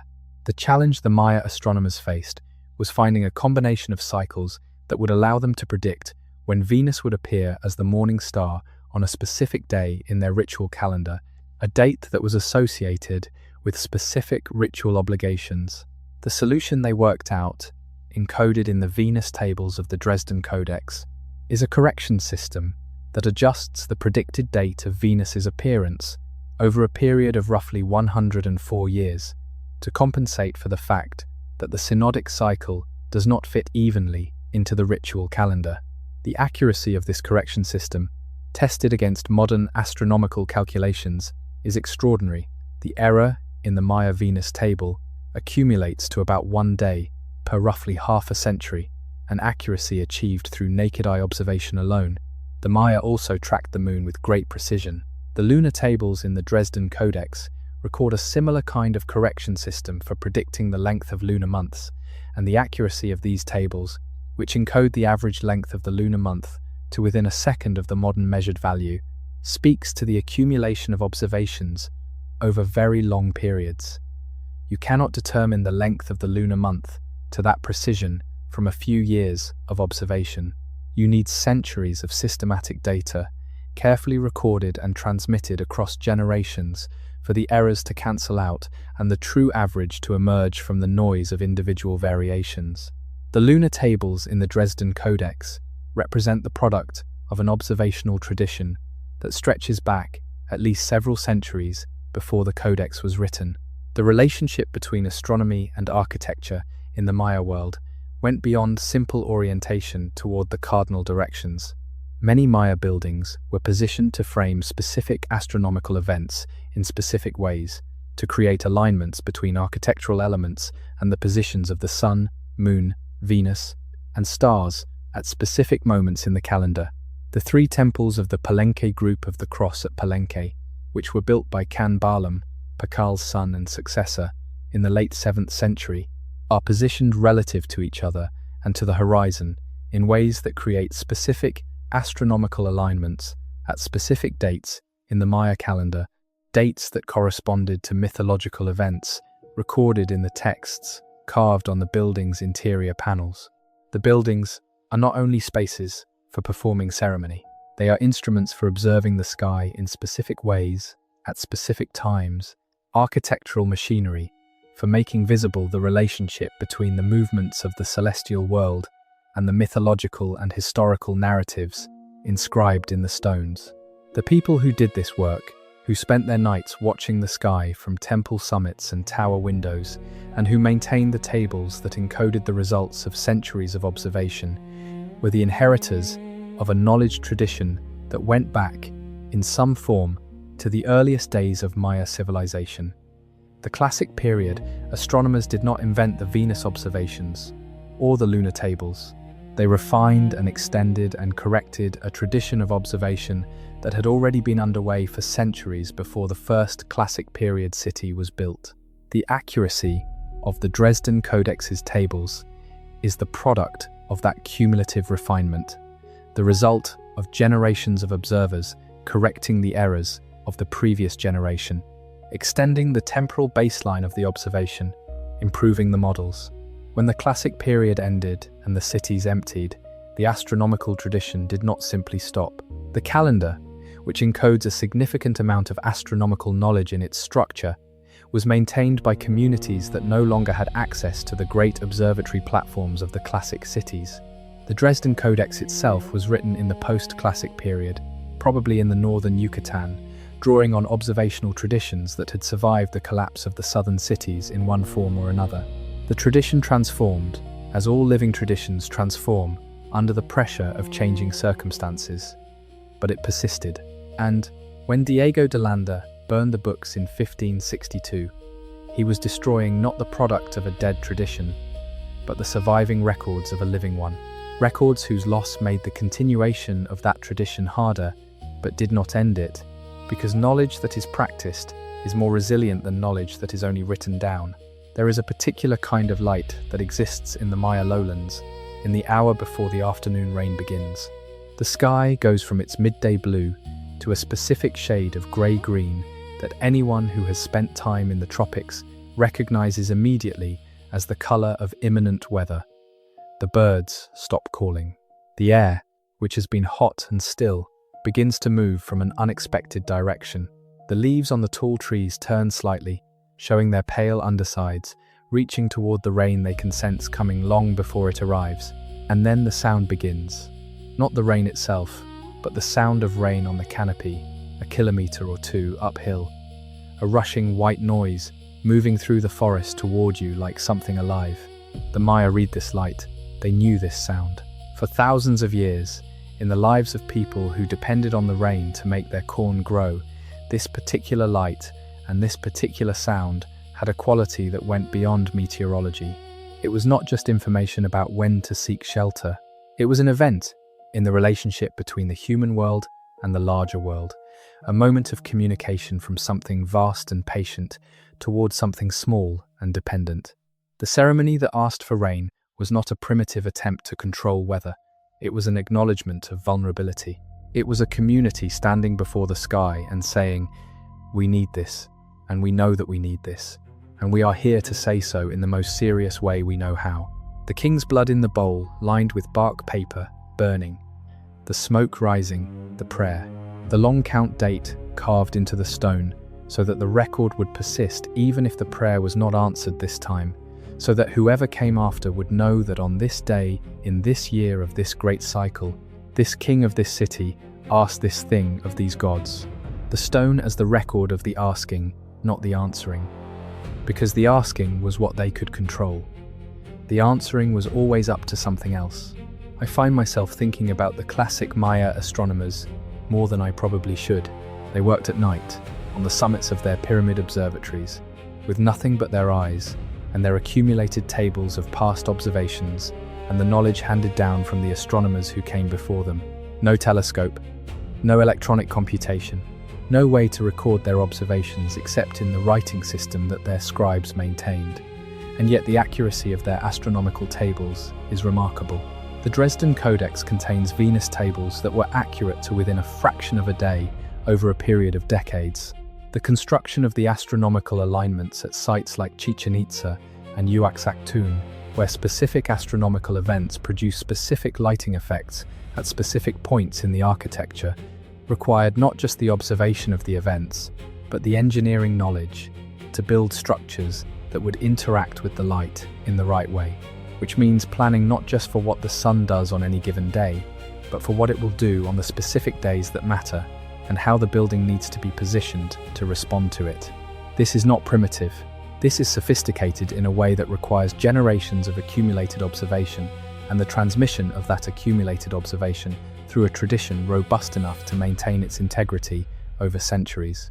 The Maya astronomers who built the great alignments were not geniuses working in isolation. They were the inheritors of a long tradition, and they were building on what their predecessors had learned and recorded in exactly the way that all scientific progress works. The difference is that their tools for recording and transmitting that knowledge were different from ours. They used stone and bark paper and memory and the living teaching relationship between master and student. They did not use printing presses or digital storage, but the epistemological structure of what they were doing, building on past observations, correcting errors, making predictions, and testing them against new observations, is recognizably scientific in the way that matters. When the cities fell and the astronomical tradition was disrupted, some of what had been accumulated over centuries was lost. Not all of it. The calendar kept being counted, and the calendar encodes a great deal of astronomical knowledge in its structure. The Venus tables in the Dresden Codex survived. The astronomical alignments built into the architecture of the surviving cities can still be observed.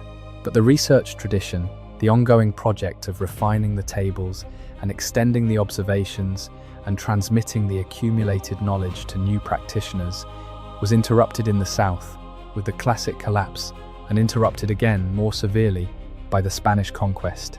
We do not know what was in the libraries that Landa burned. We do not know what observational records, what refined tables, what accumulated notes from generations of Maya astronomers went up in smoke in Mani in 1562. What we do know is that the tradition did not die entirely. The calendar is still counted in some Maya communities today. There are still people who know the day signs and their meanings, who know the qualities of each day in the 260-day ritual calendar and how those qualities interact with the events that fall on them. The knowledge is changed, shaped by centuries of colonial pressure and the necessity of maintaining it in contexts where its open practice was forbidden or dangerous. But it persists. The argument against forgetting that the classic Maya made in stone and in bark paper and in the blood of their kings was also made in the bodies of the people who kept the tradition alive through every catastrophe, every person who counted the days in secret during the colonial period, every elder who taught the calendar to the next generation when the teaching had to be done quietly without the elaborate ritual context that would have made it visible and therefore dangerous. Every community that kept some thread of the old knowledge intact through the boarding schools and the epidemics and the violence and the erasure. The Maya collapse is the most documented cultural and demographic catastrophe in the pre-Columbian Americas. The archaeology of the southern lowlands has been studied intensively for well over a century, and the picture it reveals is one of almost unimaginable loss. Cities that housed tens of thousands of people emptied within generations. Agricultural landscapes that had been productive for centuries were abandoned and reverted to forest. A tradition of monumental inscription that had been maintained continuously for 500 years simply stopped. By any ordinary measure, what happened in the southern Maya lowlands between approximately 750 and 950 of the Common Era was a collapse as severe as anything in the ancient world. And yet the Maya are not gone. The tradition is not gone. The language is not gone. The calendar is not gone. The knowledge is not gone, though it has been transformed and reduced and threatened and partially destroyed. The corn is still growing.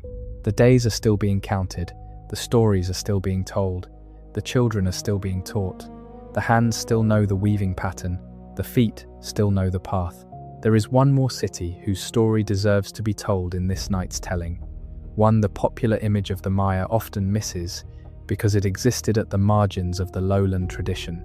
Quirigua, in the Motagua River Valley of eastern Guatemala, was a minor polity for most of the Classic period, a subsidiary of the more powerful Copán that sat just 50 kilometers to the south. And then, in the year 738, the king of Quirigua, Calakmul, captured and sacrificed the king of Copán, one of the most powerful and creative rulers in Copán's history. It was one of the most dramatic political reversals in the entire record of classic Maya political history, a small, subordinate city defeating and killing its overlord.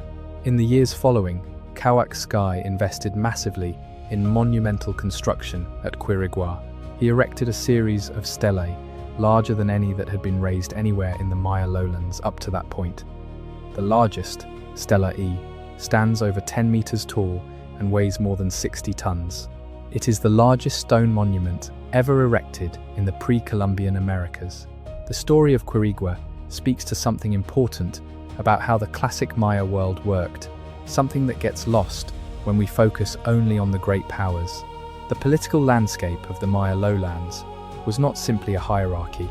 It was a dynamic and unstable landscape in which fortunes could shift dramatically in response to military success, the deaths of powerful kings, and the accidents of ecological circumstance. The Maya political world rewarded opportunism and punished complacency, and the constant instability of the political landscape was itself one of the factors driving the cycles of building and warfare that characterized the Classic period. The Bonampak murals, painted in the late 8th century in a small city in the Usumacinta region of Chiapas, give us the most vivid image of late Classic Maya warfare and ceremony that survives anywhere in the Maya world. The 3 rooms of the mural program depict a military raid, the presentation and torture and sacrifice of captives, and the celebration of the victory in a great ceremony involving music and dance.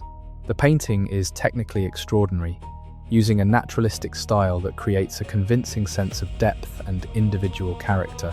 The blue and green pigments have maintained much of their original brightness after 1200 years, protected by the sealed interior of the building. The content is unflinching, the captives shown with their fingers bent backward in obvious pain, their faces contorted in distress. The Bonampak murals were probably never finished. The city fell silent in the early 9th century, not long after the murals were painted, leaving these extraordinary images of a late classic ceremony that was one of the last of its kind in that region. They are a window into a world about to end, painted by artists who did not know they were working at the edge of an abyss. The silence that followed was not total. The forest came back, the painted rooms filled with the debris of centuries, and the images on the walls, sealed away in the dark, kept their colors. They kept them for 1200 years, waiting for the people who would eventually find them and learn to read them. The stone keeps the message waits, and eventually, always, someone comes to read it. There is a word in the Yucatec Maya language that is sometimes translated as memory, but that carries a range of meanings that memory in English does not quite capture. The word is konik, or in its fuller form, koox konik, meaning roughly, let us remember, or let us bring back to mind. It is not a passive word. It implies an active engagement with what is being remembered, a choice to bring something forward from the past and make it present again. The Maya understanding of memory is not of a fixed record stored somewhere and consulted occasionally, but of a living practice, something you do, something that requires effort and intention, and the decision to keep doing it, even when the world around you seems to be organized in ways that make the doing of it difficult. The classic Maya civilization was a memory project of extraordinary ambition. The stone inscriptions, the astronomical tables, the calendrical tradition, the mythological texts, all of it was an attempt to maintain a living relationship with the past across generations, to keep alive the chain of knowledge and meaning that connected the present to the deep past, and the Maya believed, to the very moment of creation itself. The long count calendar, which measured time from a mythological creation point more than 5,000 years before the Classic period, was an argument that history is one continuous thing, that you can always know where you are in the great cycle if you count carefully enough and if you maintain the count across the generations.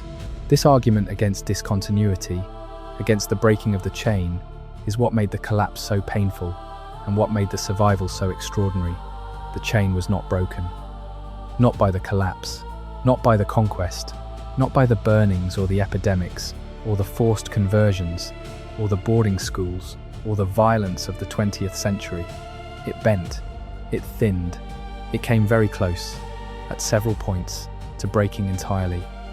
But the people who held it held on, and the people who hold it now are the inheritors of that holding on, the beneficiaries of every grandmother who taught her granddaughter the calendar day signs, and every elder who kept the ceremony going, even when it had to be kept going. In a back room with the windows covered, and every community that decided, in the face of every pressure to give up, to keep the thing alive. The temples in the jungle are monuments to human ambition and human knowledge, and the beauty that human beings can make when they organize themselves well and invest across generations. They are also monuments to the particular historical moment in which they were made, a moment that passed. The living tradition is not a monument. It is not fixed. It changes and adapts, and sometimes loses things, and sometimes recovers them, and sometimes transforms them into something new. It is messy and contested and complicated, and sometimes internally divided about what counts as authentic and what counts as corrupted. It is, in other words, alive. Which brings us back to the jungle in the morning, the howler monkeys calling, the temples rising above the canopy in the first light. The cities the Maya left behind are quiet now. They have been quiet for a very long time, but the civilization that built them is not quiet. It is 7 million people strong, speaking 30 languages, farming the same highland valleys that their ancestors farmed before the cities were built and after the cities fell, keeping the calendar and the stories and the knowledge of the corn still here, still counting the days, still asking the same questions that the classic Maya asked in stone, questions about time and meaning and the relationship between the human world and the larger world that contains it, and still living with the fact that the answers are never final, that the questions have to be asked again in every generation, that the asking is itself the point. This is a very late hour now. Whatever time it is where you are, you have been listening for a long time and you deserve to sleep. The Maya story is not a tragedy. It is a long story still ongoing, with a catastrophic middle section and a remarkable recovery and an uncertain future. Like all long stories, the catastrophe was real. The cities really did empty. The temples really did fall silent. Hundreds of thousands of people really did die from hunger and disease and violence in the worst decades of the collapse. That is not nothing. That is not something to minimize or to fold into a narrative of resilience that makes the pain invisible. But the catastrophe is not the whole story. And the people who survived it, and the people who survived the conquest, and the people who are alive right now in the Maya highlands and lowlands and in the diaspora communities in the United States and elsewhere, are not the aftermath of a tragedy. They are the people who kept the thread. They are the people who answered the question of what to carry through the jungle. They chose the calendar. They chose the stories. They chose the knowledge of the corn and the sky and the rain. They chose what was essential and they carried it. And here, tonight, in whatever room you are in, with whatever weight the day has left on you, you have spent some hours following the thread of their story. That is not nothing either. The temples are standing, the days are being counted, the corn is growing, the thread holds. Sleep now. Good night. There is something I want to come back to before we are truly done. Something that has been at the edge of this whole telling and that deserves its own moment. The question of what we owe to the past. The Maya wrote their history in stone, as we have said, and they wrote it with the expectation that it would be read. They were not writing for themselves. The person commissioning the monument already knew the history of his own reign. He was writing it for the future, for the generations who would come after and who would need to know what had been accomplished and when and by whom. The stone was a gift from the past to the future, a message sent across an uncertain gap of time. And when the cities fell and the tradition of reading the script was lost, those messages sat unread for 1,000 years. The gift was offered and went uncollected for 10 centuries. The scholars who did the work of decipherment, and the Maya scholars who have participated in and extended that work, and who are now reclaiming their own history from the colonial framing that tried to replace it, completed a circuit of communication that had been open for a millennium.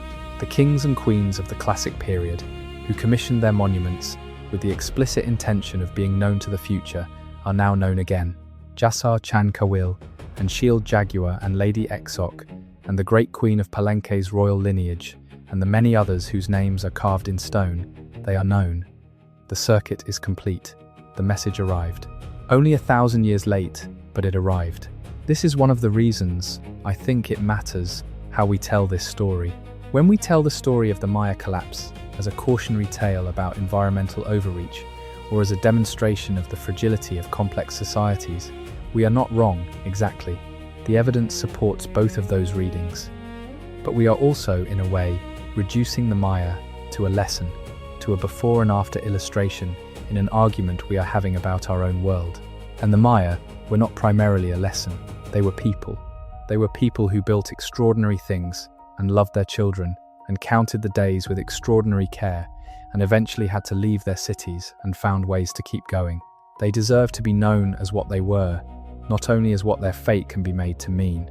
When indigenous Maya scholars speak about the decipherment, they sometimes talk about the experience of being able to read the history that their ancestors wrote, of encountering the names and the dates and the political narratives and the artistic and intellectual achievements of the classic period in the terms that the classic Maya themselves used, not the terms that later outsiders imposed. This is not a purely academic experience. It is a form of recognition, the recognition that your ancestors knew who they were and had things to say, and said them in ways that have lasted for 1,300 years and can now, finally, be heard. There is something very moving about that. The stone kept the message. The message arrived. The work of understanding the Maya is not finished. The work of excavation and analysis continues at dozens of sites. The LiDAR surveys of the past decade have revealed a landscape of human modification that will take generations to fully comprehend. The collaboration between archaeologists and indigenous Maya communities, which is increasingly shaping how the research is done and how the findings are interpreted, is producing insights that neither partner could reach alone. The linguistic work of documenting and revitalizing the 30 surviving Maya languages is producing resources that allow Maya communities to reclaim their linguistic heritage in ways that were not possible a generation ago. The work of repatriation, of returning human remains and sacred objects that were removed from Maya communities during the colonial and post-colonial period, is ongoing and complicated and necessary. The Maya story is still being written by the descendants of the people who built the cities in the places where they have always been. This is, when you think about it, an extraordinary thing to say about a civilization that experienced one of the most severe collapses in the ancient world. The Maya of the classic period built something so durable that even the catastrophe that brought it down could not erase it. The temples are still there, the calendar is still counted, the language is still spoken, the knowledge is still practiced. The thread holds.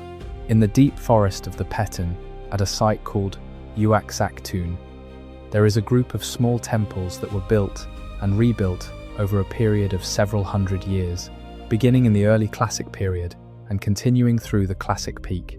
One of them, a small platform on the east side of a plaza, is positioned so that on the morning of the spring equinox and the autumn equinox, the rising sun aligns precisely with the center of the platform. On the morning of the summer solstice, the sun rises aligned with the corner of the platform. On the morning of the winter solstice, the sun rises aligned with a different corner.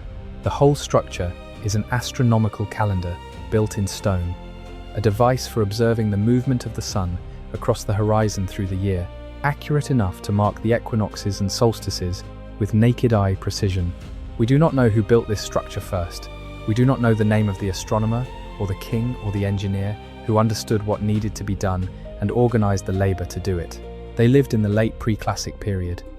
probably sometime between 300 and 500 of the Common Era, before the great monuments and the elaborate royal inscriptions of the classic period. They did not leave us their names, but they left us this. They left us a building that knows where the sun rises on the equinox, that has known for 1500 years, that will continue to know for as long as the stones stand. Every year, on the morning of the spring equinox, the sun rises and the light falls on the platform at Uaxactun in exactly the way that the people who built it intended. There is nobody there to observe it generally. The site is remote and the tourist infrastructure is minimal. The light falls on the old stone in the early morning, in the jungle that has been growing back around the platform for a very long time, and it marks the equinox with the precision of an instrument calibrated across 15 centuries. It does not require the presence of the people who built it. It does not require an audience. The measurement is made. The alignment holds. The calendar advances. This is, perhaps, the best metaphor I have for what the Maya built, and what survived the collapse, and what persists even now. The alignment holds. Not because anyone is watching. Not because the specific social and political and ritual context in which it was created still exists. Not because the people who commissioned it are still alive, or because the civilization they represented is still operating in its original form. The alignment holds because the people who built it understood the geometry correctly and built accurately enough that time has not yet undone their work. The Earth's axial tilt has not changed. The sun still rises where it rises on the equinox. The stone is still where they put it. There are things that are true independent of whether anyone is watching. There are structures so well made that they continue to function even after the context that made them has dissolved. The Maya understood this. They built for it. They tried, with every inscription and every astronomical alignment and every carved monument, to make things that would outlast the conditions that produced them, that would carry information forward through whatever came next.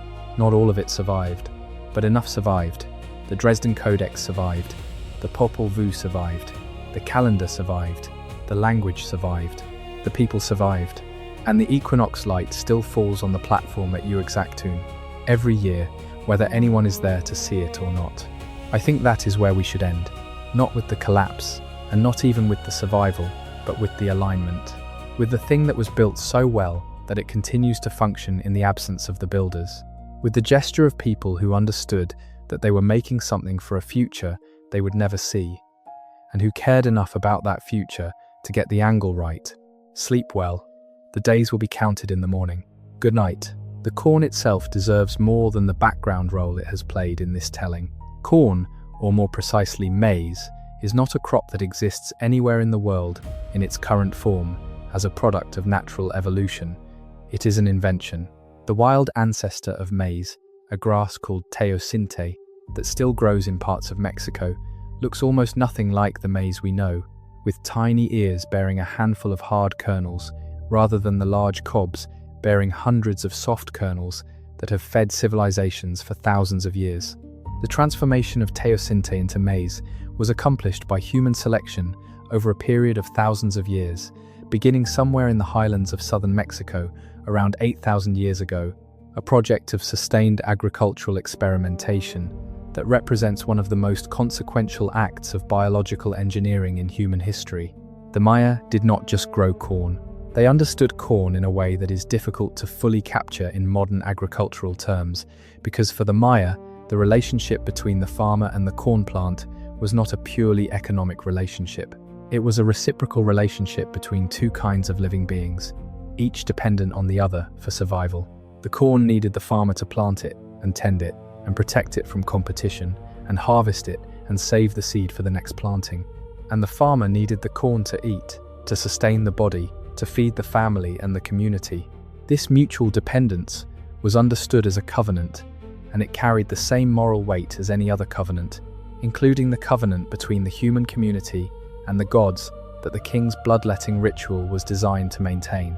The Maya agricultural year was not simply a farming calendar. It was a ceremonial calendar in which the phases of corn cultivation, from the clearing of the milpa in the dry season through the planting ceremony in the spring to the harvest ceremonies in the fall, were each marked by specific rituals that acknowledged the sacred dimension of the relationship between the farmer and the corn, and the rain that made everything possible. The man who failed to perform these rituals properly was not just a bad farmer. He was failing in his obligations to the entire cosmic order. And the corn that did not grow was not just an agricultural failure.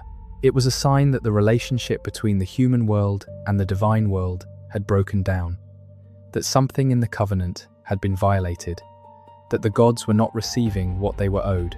This is why the failure of the rains during the late classic drought was so catastrophically disorienting for Maya society.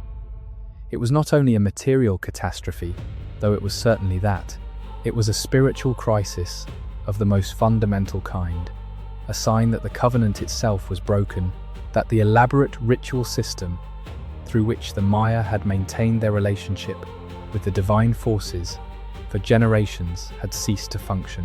The king's blood was still being offered in the correct ritual manner on the correct ritual dates as prescribed by the calendar. But the rain was not coming, which meant one of two things, each of which was deeply destabilizing.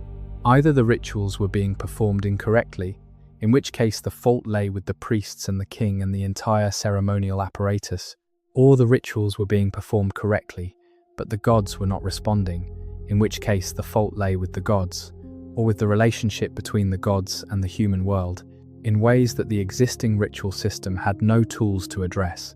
The Maya response to this crisis was, at its root, a human response. They tried harder. They escalated the ritual. They increased the number and frequency of ceremonies.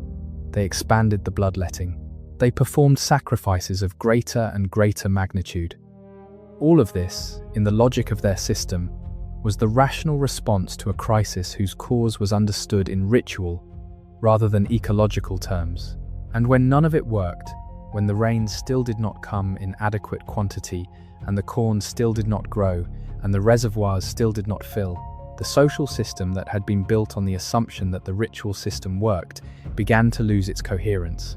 Not all at once, not in a single dramatic collapse, but gradually, as one failed harvest led to another, and one failed ceremony led to another, the people who had sustained the system with their labor and their tribute and their compliance began to make other choices. They voted with their feet, they left, and they carried the corn. They carried it north and into the highlands and into the forest. They planted it in new soil, in new places. The covenant, damaged but not destroyed, was renewed in each new planting season, in each new community that chose to maintain the old ceremonies and the old relationship with the old crop that the old gods had given them, in the time before the cities, in the time before everything else, in the deepest roots of the tradition that no catastrophe has yet been able to fully sever. The corn grows. It has always grown. It will grow again tomorrow in the highland milpas, where the Maya have been farming it for thousands of years, in the same thin volcanic soil, under the same uncertain sky, with the same combination of practical skill and ceremonial attention that their ancestors brought to the same task 10 generations and 20 generations and 40 generations before them. The ball game. We have not talked about the ball game, and we should not leave without it, because the ball game is one of the most distinctly Maya things in all of Maya civilization, and it tells you something about how the Maya thought about conflict and competition and the relationship between human activity and cosmic stakes that nothing else quite captures. The Mesoamerican ball game is one of the oldest organized sports in the world. The rubber ball from which it takes its form was being used in Mesoamerica as early as 3,500 years ago. By the classic Maya period, the ball game had become one of the central ritual activities of the civilization, played in specially constructed courts that are among the most architecturally distinctive features of any Maya city. The courts are long and narrow, shaped roughly like a capital I, with sloping stone sides against which the players bounce the heavy rubber ball using their hips and elbows and knees, never their hands. The goal was to keep the ball in play, to drive it through stone rings mounted high on the walls of the court, to demonstrate the kind of control and athleticism and coordination that the game required. But the ball game was not primarily a sport, it was a ritual. In the Maya cosmological framework, the ball game reenacted the journey of the hero twins through the underworld. the same journey recorded in the Popol Vuh, in which Hunahpu and ex-Palenque play the ball game against the lords of death and win, establishing the possibility of resurrection and the renewal of the world. The court was a liminal space, a place where the boundaries between the human world and the underworld were permeable, where the players were not simply athletes, but ritual actors reenacting a cosmic drama. The ball itself, heavy and dark and moving in ways that seemed to defy ordinary physics, was an analogue for the sun, making its daily journey through the sky and its nightly journey through the underworld. The precise relationship between the ritual ball game and actual athletic competition is one of the ongoing debates in Maya studies. There is evidence that ball games were used to settle political disputes between cities, the outcome of the game determining something about the political relationship between the competing polities. There is evidence that players were sometimes sacrificed at the conclusion of major ritual games, and evidence of professional players who traveled between cities and whose skill was celebrated. The game was simultaneously a ritual, a sport, a political mechanism, and a cosmological statement. The ball courts at the great Maya cities are still there. The court at Chichen Itza, the largest ball court in Mesoamerica, is one of the most impressive spaces in the entire Maya archaeological record. 168 meters long and 70 meters wide, its walls rising 6 meters on each side. The acoustic properties of the court are extraordinary and were clearly intentional. A sound made at one end of the court is clearly audible at the other end, transmitted by the geometry of the space in ways that no ordinary outdoor space can replicate. Whether this acoustic quality was incidental or deliberate is debated, but it is hard to imagine that the engineers who built the space were unaware of the effect, and harder still to imagine that they did not recognize in it a quality appropriate to a space where the human world and the underworld were meant to be in communication. The game is still played. Modified versions of the traditional Mesoamerican ball game are played in some Maya communities today, revived from the historical record and from the living tradition of related ball game traditions elsewhere in Mesoamerica. It is not the same game that was played in the classic courts. Too much was lost, and what was preserved was too fragmentary to allow a full reconstruction.